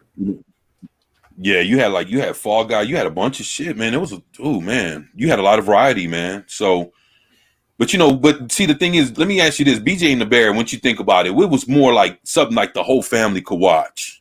Oh yeah, it was a silly show. I mean, and Right, exactly. Yeah, I mean, especially when they put the monkey in there. I mean, Yeah. that was. But I mean, that was, but that's what brought the kids in when they saw the monkey, man. So that was, Well, I mean, it's even like the Dukes of Hazzard. The Dukes of Hazzard, the first season is much more adultish, with innuendos and such. But after the first season, they realized that more kids were watching it, so they made it more, what would say, family friendly, and Right. it kind of got the Fall Guy. yeah. And Fall Heart Guy. to Heart. Oh, Heart to Heart. Oh, I remember I've at that. least heard of Heart to Heart, but I don't think I've seen it. It was okay. You never seen Heart to Heart? Yeah, man. You getting some good shit right now. Yeah. I think I saw it like Yeah, that was love the but 70s. these are shows that they ran for quite a few seasons. They winning awards, and it's like And even follow-up movies on TV. it's yeah, at like least that. one or two for Heart to Heart. I know at least one. Right, and I think they've done something with Simon and Simon, where it's like you get they come back some years The later. 1 hour special. Or Yeah, whatever. like an hour, maybe a 2 hours, something, just a movie. They might cut it up into like 2 pieces. You watch one weekend, watch the other half the other weekend. And it would kind of leave you like how they would do one of their episodes. Yeah, like a cliffhanger kind of thing. Yeah, exactly. So you can come back, but you haven't seen them in like 10 years and shit. And they come back and, they have a new case or something new happen that kind of, brings them back together to fucking one last time type shits. Yeah. Chips, man. was Chips 2000, I think it was, when they brought them back together. Oh, That oh television yeah. team. that was Bunch awful. and John. Oh, Yeah, Bunch and Viz, John. all right, Viz. Yeah, you was a Chips fan. I do know of Chips, and I do remember that Chips 2000. I think I watched a little Chips on Nick and Night back in the day. Chips is all right. Yeah. Y'all making me feel young, knowing I'm old as shit. I'm like, I don't know these things, making me feel. I'm cool not to know this stuff. Like, I'm old as fuck. I was born in '87, man. So that's man, 36 years ago. And we haven't even touched on like shows like WKRP. I watched a little bit about that Nick and Night because I remember being shocked that the dude from Sister Sister was like he was like, oh man, he was funny as fuck back in the day. Oh yeah. Yeah, you had the 4 seasons of the original, and I think 2 seasons or 3 seasons of the basically. I don't want to say reboot, but basically a sequel series Right. back in the 90s. Gonna have a Shaft marathon after the stream. For real? Nah. What's wrong with little Richard Roundtree, huh? Yeah, but you also notice that a lot of those shows had a common theme or thread, which There was a lot was of drill music after this combo. Nah. a lot of busty blondes. WKRP had one. Oh man. BJ and the Bear had 2. Lonnie and Three's Company had one. Like, and you could run through all of battles. Not Battlestar Galactica. No, they didn't have busty Buck ones. Rogers. Buck Rogers had wow. Aaron Moran, or not Aaron Moran. What's her name? Erin Gray. But she Erin was Gray, not yeah. that busty. She was hot. Oh, she's hot. Hot. Yeah, she's hot. Yeah. They put her in a she was crammed in there. I'll say that. Oh, there's no doubt about it. It was sprayed on, but it's kind of funny though. It's like on Three's Company, I like Janet over the other girls, and with WKRP, I like Bailey Quarters over, Lonnie's character. Jan's mother. It's like that was at that time a modern version of Ginger or Mary Ann. Right. Like you had people who were definitively Lonnie Anderson, and you had people who were definitively the other character. I can't remember the actress's name. But yeah, I mean that was the normal female co-stars. You had one that was like super bimbo-y hot, and one that was like the nerdy chick, the librarian, and Our Girl Next Door. A Girl Next Door, right? And that always happened all through the 70s and 80s, and I always liked the Girl Next Door. Yeah. I mean, I was always a Mary Ann over Ginger and Bailey Quarters. Yeah, me too. I like Marianne over Ginger all day. Yeah. And Ginger's the last one left. Better than Battlestar Galactica 80. A lot of things were better than Battlestar Galactica 80. That's true. Oh. Hey, what's up, Janet? Oh, hi, Janet. Hey, we got Janet in the house. What's up? What's going on? Oh, Battlestar Galactica better than the 1980. That was actually that 1980 Battlestar Galactica reminded me of like when they replaced Bo and Luke in Dukes of Hazzard. Oh God, yeah. With Vance and whatever Vance and Coy or something like that. Coy, yeah.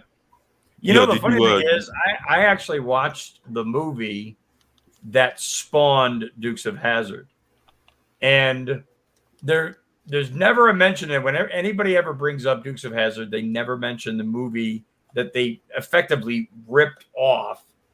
And I mean, it's a dead ringer. right? Two brothers that are cousins or whatever that look nothing alike, using bows and arrows with dynamite and driving a effectively hot car at that time. You know, it wasn't a Charger, but it was, you know, something souped up like a typical moonshiner would have. Yeah, like it was a version of Daisy Duke and Uncle Jesse. I mean, it was a spot on movie, and it came like 5 years before the TV show did. I'd have to look up the name of the movie again. Wow, that's I never knew that. Partner in Crime, Yo. Linda Carter. Yeah, Hands no, I'm down. saying this. I remember Partners in Crime. Hey, man, if you guys ever get a chance to see that, that's they had a very hot Daisy. Mhm. Yeah, they Oh, man. Moonrunners. Moonrunners. Oh yeah, Moonrunners. Forgot about that movie. But yeah, I mean, it's I don't think I've ever seen Moonrunners. I'm gonna have to look that up. Yeah, it showed up 4 years prior to Dukes of Hazzard, and when they wrote the pilot for Dukes of Hazzard, let's see Right. here, at least 13 characters were pulled from the movie. So the names of 13 characters were pulled from the movie, Wow. or at least their background or whatever. Mm-hmm. Say, Vid, you was a vigilante. Were you ever Dukes of Hazzard? Not really. I mean, I know of it obviously, but just No, I mean you never watched it, or you never Not never really. checked out. not really. It just Okay. wasn't my thing. It's that Confederate flag, wasn't it? Oh boy, man. Well, I thought to reference Cincha Dildo's comment saying that when we say it was white people shit, that's the shit I don't like. Which is not true. I like a lot of white people shit. I listen to Radiohead. But like it just wasn't my I couldn't. Yeah, I mean the big draw for Dukes of Hazzard was the chase scenes, the car scenes. Mhm. Mm-hmm. You know? It's just I mean the didn't grow up with storytelling these was kind of shows, meh. you know. I mean, I'm old as shit, but I just didn't. And I saw a lot of stuff on like Nick at Night and the reruns and stuff like that. Right. But this wasn't the stuff like I remember Sanford and Son and I'm not trying to like stereotype, but I'm like that is what I kind of grew up on. See, here's the thing: back in the day, they actually had good black TV. It wasn't like, right. hey, we need to just redo. I guess something, Sanford and Son was what was that shit? Steptone's Son. Yeah. So I mean, there was reimagining. We had the Wiz and stuff like that, but it wasn't like, hey, let's race swap everything. So you could watch, I could watch reruns of the Jeffersons and Sanford and Son, Good Times, then watch Martin, then watch Fresh Prince, and that's a day of television. And then the Simpsons, which isn't black, but they were yellow. So then you know what I mean. And then I was like, I got a day of television, and that was it. I watched my cartoons. I watched that. And that was a 90s day of television I saw. And I just, Dukes of Hazzard just didn't come across. And I wouldn't really say that was a race swap thing with Sanford and Son because, the other one was a British show. Yeah. Just like Norman Lear did. He took a bunch of British shows and redressed them for the American market. That's what he was good at. Well, yeah, and you can't talk about Sanford and Son without mentioning Chico and the Man. Yeah, I did see some Chico and the Man. I was thinking, there was some show. I saw Chico and the Man. I saw Happy Days, a lot of Happy Days. There's certain shows I did see a lot of, but some of y'all going to the obscure. Okay. Y'all like, hey, did you see? I'm like, nah, I didn't. I didn't. Nah, I mean, Simon and Simon? Nah, man, I'm sorry. That didn't play. Well, I mean, night in '94. Well, like back then, what it was is they had a lot of detective, PI type shows, man. I mean, there was a shitload of them, dude. And I mean, it was, one guy or a guy and a girl or a whole team or, it was just, just any which way, everyone was different, but they all had, they were all PI. It's just kind of like Common thread. it was the fad, man, and it ran for a hot minute. Oh, it did. Oh yeah. That's how TV. Well, is. and a lot of those, like with Vidge saying, Nick at Night was his entry into a lot of those Right. older Nick shows. at Night, yep. Nick at Night didn't pick up every show. No. So, things like what we're mentioning that seem so far-fetched. Some of those, like Simon and Simon, I don't think ever got a shot on Nick at Night. No. Heart to Heart didn't. No. So like a lot of these Nick at ones Night that were focused more on mentioned- comedies than anything. They didn't really do the dramas Right. or the police shows or detective shows. And it's funny, we talked about Inside CIS, CSI and these procedural shows became a fad for a long time, more recent times where Yeah. that's the thing. Drake in the They had them Confederate back flag. in the 60s too. I mean, Yeah. from But like no, 65 through 75, you want to talk about procedural shows. Dragnet, Adam 12. Oh, great job. he's Adam 22. Well, yeah, Car 54 was comedy, but yeah. What was the firefighter one? There was Adam 12. and then Emergency. there was Emergency. Yep. Mm-hmm. And then there was SWAT. Yep. I mean, you had all these like definitive procedural shows that a lot of the newer ones kind of get their ideas from because they were first done back then. Mm-hmm. Even Hill Street Blues pulled from stuff like Adam 12 and Dragnet, even though they may have written them differently. There was still the same idea behind them. Right. Right, because those shows were trying very hard to be as accurate as possible, Right. with the betrayal that they had out there. In fact, when I was growing up, one of the girls in my school, her father was part of the police department, and he came by and did a talk. Bring your father the work day type of thing, or to school day. And at this time, this is when what was it? Not NYPD Blue. NYPD Blue was starting up and was getting all these accolades and such. And and they asked, and they go, "Well, how accurate is NYPD Blue?" And blah blah blah, and so on. And he goes, "Well, to be honest with you, 100%." He says the most accurate TV show about cops is Adam 12, except we don't get called as often as they do. Right. Yeah. Because you have to have a call to have a show. Yeah, exactly. It's like it's like we did get to eat a lunch. We didn't have to buy our lunch, get the call, and throw it away. Yeah, Pat is coming up with some crazy old stuff like 77 Sunset Strip. Yep. Yeah. Route 66 is another one. Mm-hmm. Yeah, I remember Route 66. Yeah. Yeah, Miami Vice. Woo. Talk about Well, you had so not accurate. You had Miami Vice was so not accurate they couldn't even use a real Ferrari in the beginning. no, they couldn't. No. It was a Corvette. Yep. It was all kit car type. And what was it? There was Frank Cannon. That was Spencer for Hire. Mod Squad. Mod Squad. Oh yeah, Mod Squad. It says Spencer for Hire, huh? Yeah, Spencer for Hire. Yeah. Yep. Mannix. Vic. Mannix was another one. Moonlighting. And that was a show that had a dramatic change from first to second season. Mannix was. Yeah, but back then you also had car companies as sponsors of the shows. Like Mod Squad always had Chryslers, so every car that they brought in for them to drive in the show was a Chrysler, either a Dodge or Plymouth or what have you. Same thing with Mannix. Mannix, the reason he drove a Dart was because Dodge came to them and said, "Yeah, we'll give you X number of cars for a season, but it's got to be one that he drives." And they actually took the car to George Barris. Then it wasn't like a crazy custom, but there were certain features of the car that were different than the stock version of the car. And I always thought that was kind of crazy because that car still is out there. It still exists. The convertible Dart that he drove. I Spy. Yeah, and I Spy. Yeah. There was The Man from Uncle.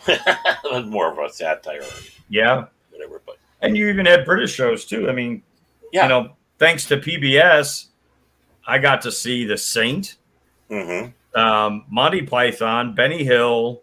Was it Dark Shadows? Dark Shadows. No, that was an NBC soap opera. But it had a British dude in it. I could have sworn. Hold on. Maybe they made that into a modern movie. Well, they made it. Well, it had a reboot. Well, actually, yeah, Dark Shadows had a reboot around the time that the first Iraq War hit, and that's what that destroyed that show, because every time they were going to air it, they basically interrupted with news what's going on over there in Iraq and this and that. So the show did not have a real honest chance in the beginning. If they would have given a little bit more considerate, the network, they would have given them more of a chance because of the situation. But of course, they're idiots. Then, of course, they did the movie with Johnny Depp. Right. You ever watch any of the Dark Shadows vids? Oh, all right. He's gaming. Yeah. Well, you had Dark Shadow, but when it comes around with the British, I was noticing. I didn't realize I was muted. My bad. I just said no though. No, you good. I hadn't seen it. Well, you had you had like the Baron, which I haven't read over. You had the show before The Prisoner, which was Danger Man in England, Secret Agent Man here in the States. Yeah. Which some people sit back and say was a prequel to. There is Secret Agent Man right there. That's of course Secret Agent Man. I don't think I've ever seen that. Never. Oh yeah. In fact, I think it's on the. It is on the Shout Factory app. Yeah, that was. Is it something like the Avengers? No, it's like a James Bond type, spy type role. Right. I mean, y'all know what I'm talking about, the Avengers, right? Oh, that Avengers. That Avengers is the one. Yeah, that's the English one. Yeah. Right. That's what I was saying. Yeah. Yeah. See. Oh, I thought you were talking about the other one though. No, I ain't talking about the superheroes. Not this time. No. I mean, I thought we were talking about the Secret Agent Man. My apologies. What else? Faulty Towers. Oh, Faulty. That was another British show that I got to see because of PBS. Are you being served? Mod Squad. No. I've seen Mod Squad. Y'all ever watched that? Y'all ever seen Mod Squad? The movie or the TV show? Both. Yeah, I've seen both. Yeah. I remember the movie when it came out, just like I remember the other Avengers because they had made it in the 90s. They had right. I think that was Uma Thurman. Yeah. Yes. But I didn't see the show, the original show, or the movie, to be honest. Yeah, that was if I'm not mistaken, their show was in black and white. If I'm not mistaken. What, the Avengers? Black and white, Yeah, it started black and white. Yeah, Then went color. Yeah, same thing with Get Smart too. Get Smart started black and white and ended up color. Oh, Get Smart was some good dude, man. Vid, you ever seen Get Smart? That shit was a good show, man. That was a guy that That's does a show I did see. They somehow it got on Nick and Night, maybe because it's still. Like I said, man, Nick and Night Get kind Smart. of- Yeah, I it did was, see- it was a comedy. Makes sense. Yeah. That was a good show, man. Would you believe? Yeah, that was Mel Brooks and Buck Henry. I didn't like the Steve Carell version. I thought that was stupid. I was actually pissed when I saw that because I liked the original show. I used to like the intro when he's walking in, and Right. the different doors and stuff. Yeah, the music, and I'm like, man, that was such a cool aesthetic, and it was, it was funny, and but like I just think that Steve Carell just was not. He was just not good. Well, yeah, you got to have like the voice, Right. Yeah. And Hold on, Chief. Let me answer Yeah. my phone. And he picks up his shoe. Would you believe Missed it by that much? And Barbara Feldon, 99. Oh, she was so beautiful. Yeah. Oh yeah, man. They had some good stuff. And the funny thing is all these things were original, man. Oh yeah. Oh man. And I mean it's to the point like now they're still trying to pull from a lot of this shit and doing something like like the Munsters. Holy shit. No, Man, I haven't bothered. that thing was That thing was a dumpster fire, man. Didn't know what existed. Yeah. That they Yeah, I redid did the a monster. video about this was like maybe 2 years ago. I did a video talking about how it was going to came, and then it came out last year. Yeah, this Halloween. Oh, I didn't know that happened, man. That's Was it amazing. Rob Zombie? Who It did came it? out. Rob It came out in Zombie October of Monster. last year. Yeah. Who Rob really Zombie did Monsters. Yeah. Monsters, Yeah. dude. that? Okay. And then he cast his own wife. Oh, He Yes, always does. She's in almost everything he makes. I mean, to be real, man. I mean, no, she's not. No, man. He fucked up, man. He fucked up. Man. Well, granted, I mean, he's not young and she's not young anymore either. Mhm. No. Man, I mean, I mean, compared Bucky's in his to It's gotta be 60s or 50s. some shit. Yeah, 60s maybe. Yeah. shit, I'm especially not s- compared to the original chick, I forgot her name, man. That played that played in the Monsters. Oh, yeah. Yvonne DiCarlo. yeah. Yeah. Oh, she was so beautiful. Yvonne DiCarlo. Yeah, she was Beautiful. She was all that in the bag of chips. Even when she was playing Lillian Monster, and obviously it was her, a little older than her glory days, she was still hot. I think. Yeah. No, I do. I mean, and you see pictures were out of the makeup, and she was like, "Wow." She's Actually, I will say this. I'm looking at his wife, Sherry Moon Zombie. Without the horror makeup that they typically put her in, she's actually not that bad looking, and definitely looks a fair bit better than he does. Oh yeah. It's just that she's always in every horror movie he does, he casts her, and then they make her look like absolute dog shit. Mm-hmm. No, these pictures, she's a rather attractive young lady. Young-ish. Well, Did you think she looked good? I think she looks pretty good. I don't see anything on the screen, and I didn't look. No, I didn't. I didn't look for her. Well, I mean, she's younger than me, for crying out loud. She was born in 1970. So she's only 52 years I mean, hey, Only. That's old enough I got to be a my picture mom. I of can't do it. I'm 55. So without looking at her, the answer is no. Hold on. what? Come on, man. I'll make a Oh, pass you for gotta Halle look. Berry, No, come but on, the man. 50, I can't do it, man. If you What 50, you mean? Oh, you got to take a look at I'm these too old. pictures, man. I'll date a girl in, You too old for her that. 50s when I'm in my 70s. Until then, I got no use for her. I'm You're sorry. ageist. Hold on. When it comes to dating, I am very ageist, man. Hold Especially, on. I have a bottom tier. I can only go so low. I thought you Because said I'm you not was about to the go.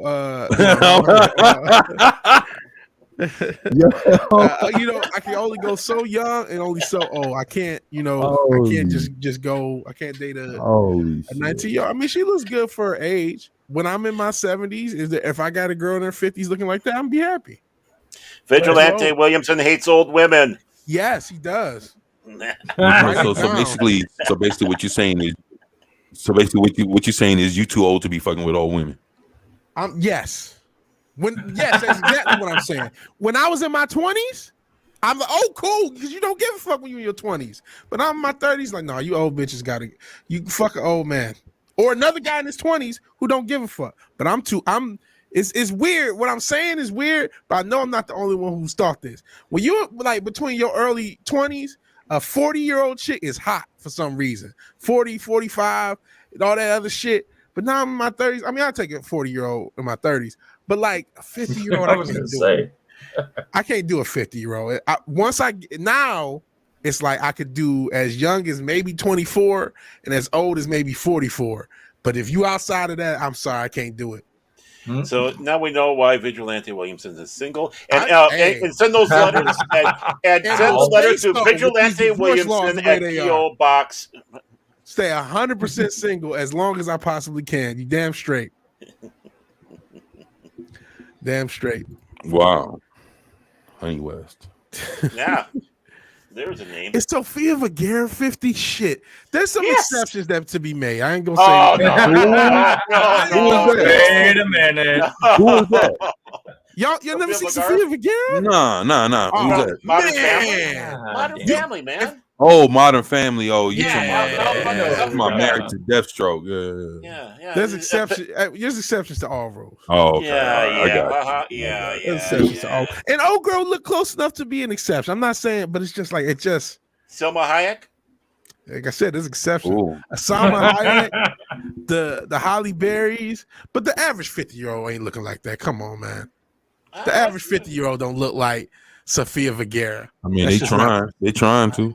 There's some. I get in the I mean, Houston area, you gotta give me than E for others. effort.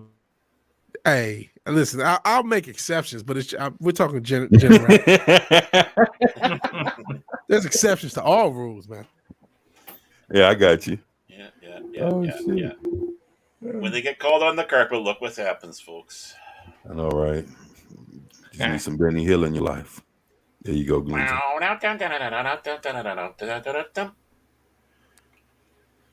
Oh man, that shit was too funny, man. You guys are. But yeah, I'm not sure how much longer you guys were gonna go, but I was even though I came late, did an hour. We did hours and I came in, so I'm No, you good. Actually, man, we should be we're about 3 hours. Yeah, man, we should be shutting it down here, man. So Yep, sounds about right. at least we sitting here laughing at all. This is it was a good laugh, man. No, I needed that shit. There you go, Gunza. Look at you guys. All right. For age, dildo. All right, y'all. We're gonna go ahead and this dildo gets wrap it up. Yeah. You know. But just wanted to tell everybody. That's what they make lube for. No, I can't. If your natural fluids can't do it, I don't want to do it, man. Again, send your letters to Vigilante Williamson at P.O. Box. You send letters, tweets, everything, saying, man. I send mean, it all. Well, considering you're not on Twitter. right? Yeah, go ahead. Send me a tweet. Yeah, tweet. Yeah, We'll say that part. I'm on TikTok for as long as that's that's probably about to go away. Oh yeah, right? that looking like it's about to go south. Well, that's okay. The Chinese, has all the information they need on Vigilante Right. now. Hey, they know I don't talk to the moho, so it is what it is. Oh shit. Well, I tell y'all what. Hey, why don't you guys let everybody know where they can find you before we go, man? That way, if you guys got anything planned for either tonight or the week. I got my own personal stuff I'm having to take care of. If anything, on Wednesday at the Pacific 414, I'll be on that channel on Wednesday. And I think that's around 5 or 6 Central Standard Time. I'm not too sure. I have to check on that. That's what's up. That's cool. Right. And Chark?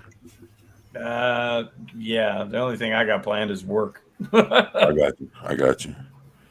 Vig? I'm because I just started a new channel again, Vigilante Williamson Vengeance. You know, a lot of people already sub. I'm gonna be doing content on that channel, trying to build that out, and we'll see how that goes. This whole new channel thing. So I mean, because I already kind of, I doing my game stream that I normally do later on tonight, and I got a video I plan on doing, and then just moving ahead with that channel and trying to stay a little bit more. Figuring out that balance of how to not get fucked with by YouTube, but still kind of be the same vigilante you guys know and love with. So that's gonna be the new experiment, because hey, I do like doing stuff on this platform as much as I hate some of their goofy rules and the way they enforce things. Right. It's obvious the old channel was suppressed. This channel probably will be too, because it's the same IP address and all that. And I wasn't smart enough to figure out how to get around all that. So yeah, please check it out. Like I said, I'll be streaming today and probably throughout the week, and we'll try to build that channel back. You're up to 42 now. Appreciate it. There you go. Hell yeah. Shit. Hell yeah, that's some good shit. Well, me, I'll be just dropping videos and doing live streams. That's about it. I'll be doing a live stream, almost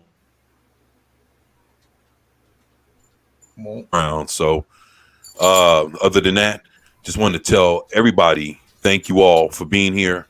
You guys have been great. You know, we appreciate y'all. We love y'all for all the support that you give us and being here, you know, kicking it with us, man. And, you know, you guys are the greatest. So wanted to tell my panelists, thank y'all. Tell everybody in the chat, thank y'all. And hopefully, you know, everyone has a great evening. You guys take care. And yeah, there you go, man. Thank you for if you guys haven't subscribed, please subscribe to Vigilante Williamson's new channel called Vigilante Williamson Vengeance. Yeah, don't be the last one to subscribe, man. Subscribe now. Hit the button. Yeah, there you go. There you go. There you go. Yeah. Don't be late to the party and shit. You know, hit that button, subscribe. So, other than that, thank y'all for supporting, and man, we love y'all, man. So that is Vigilante Williamson, New Bomb Turk, Baron Norman Tag. It's your boy 24/7 Fusion Media. We are the primetime kings of live stream, and we are out. Peace, y'all. Peace. Peace. Yeah. Vigilante Williams.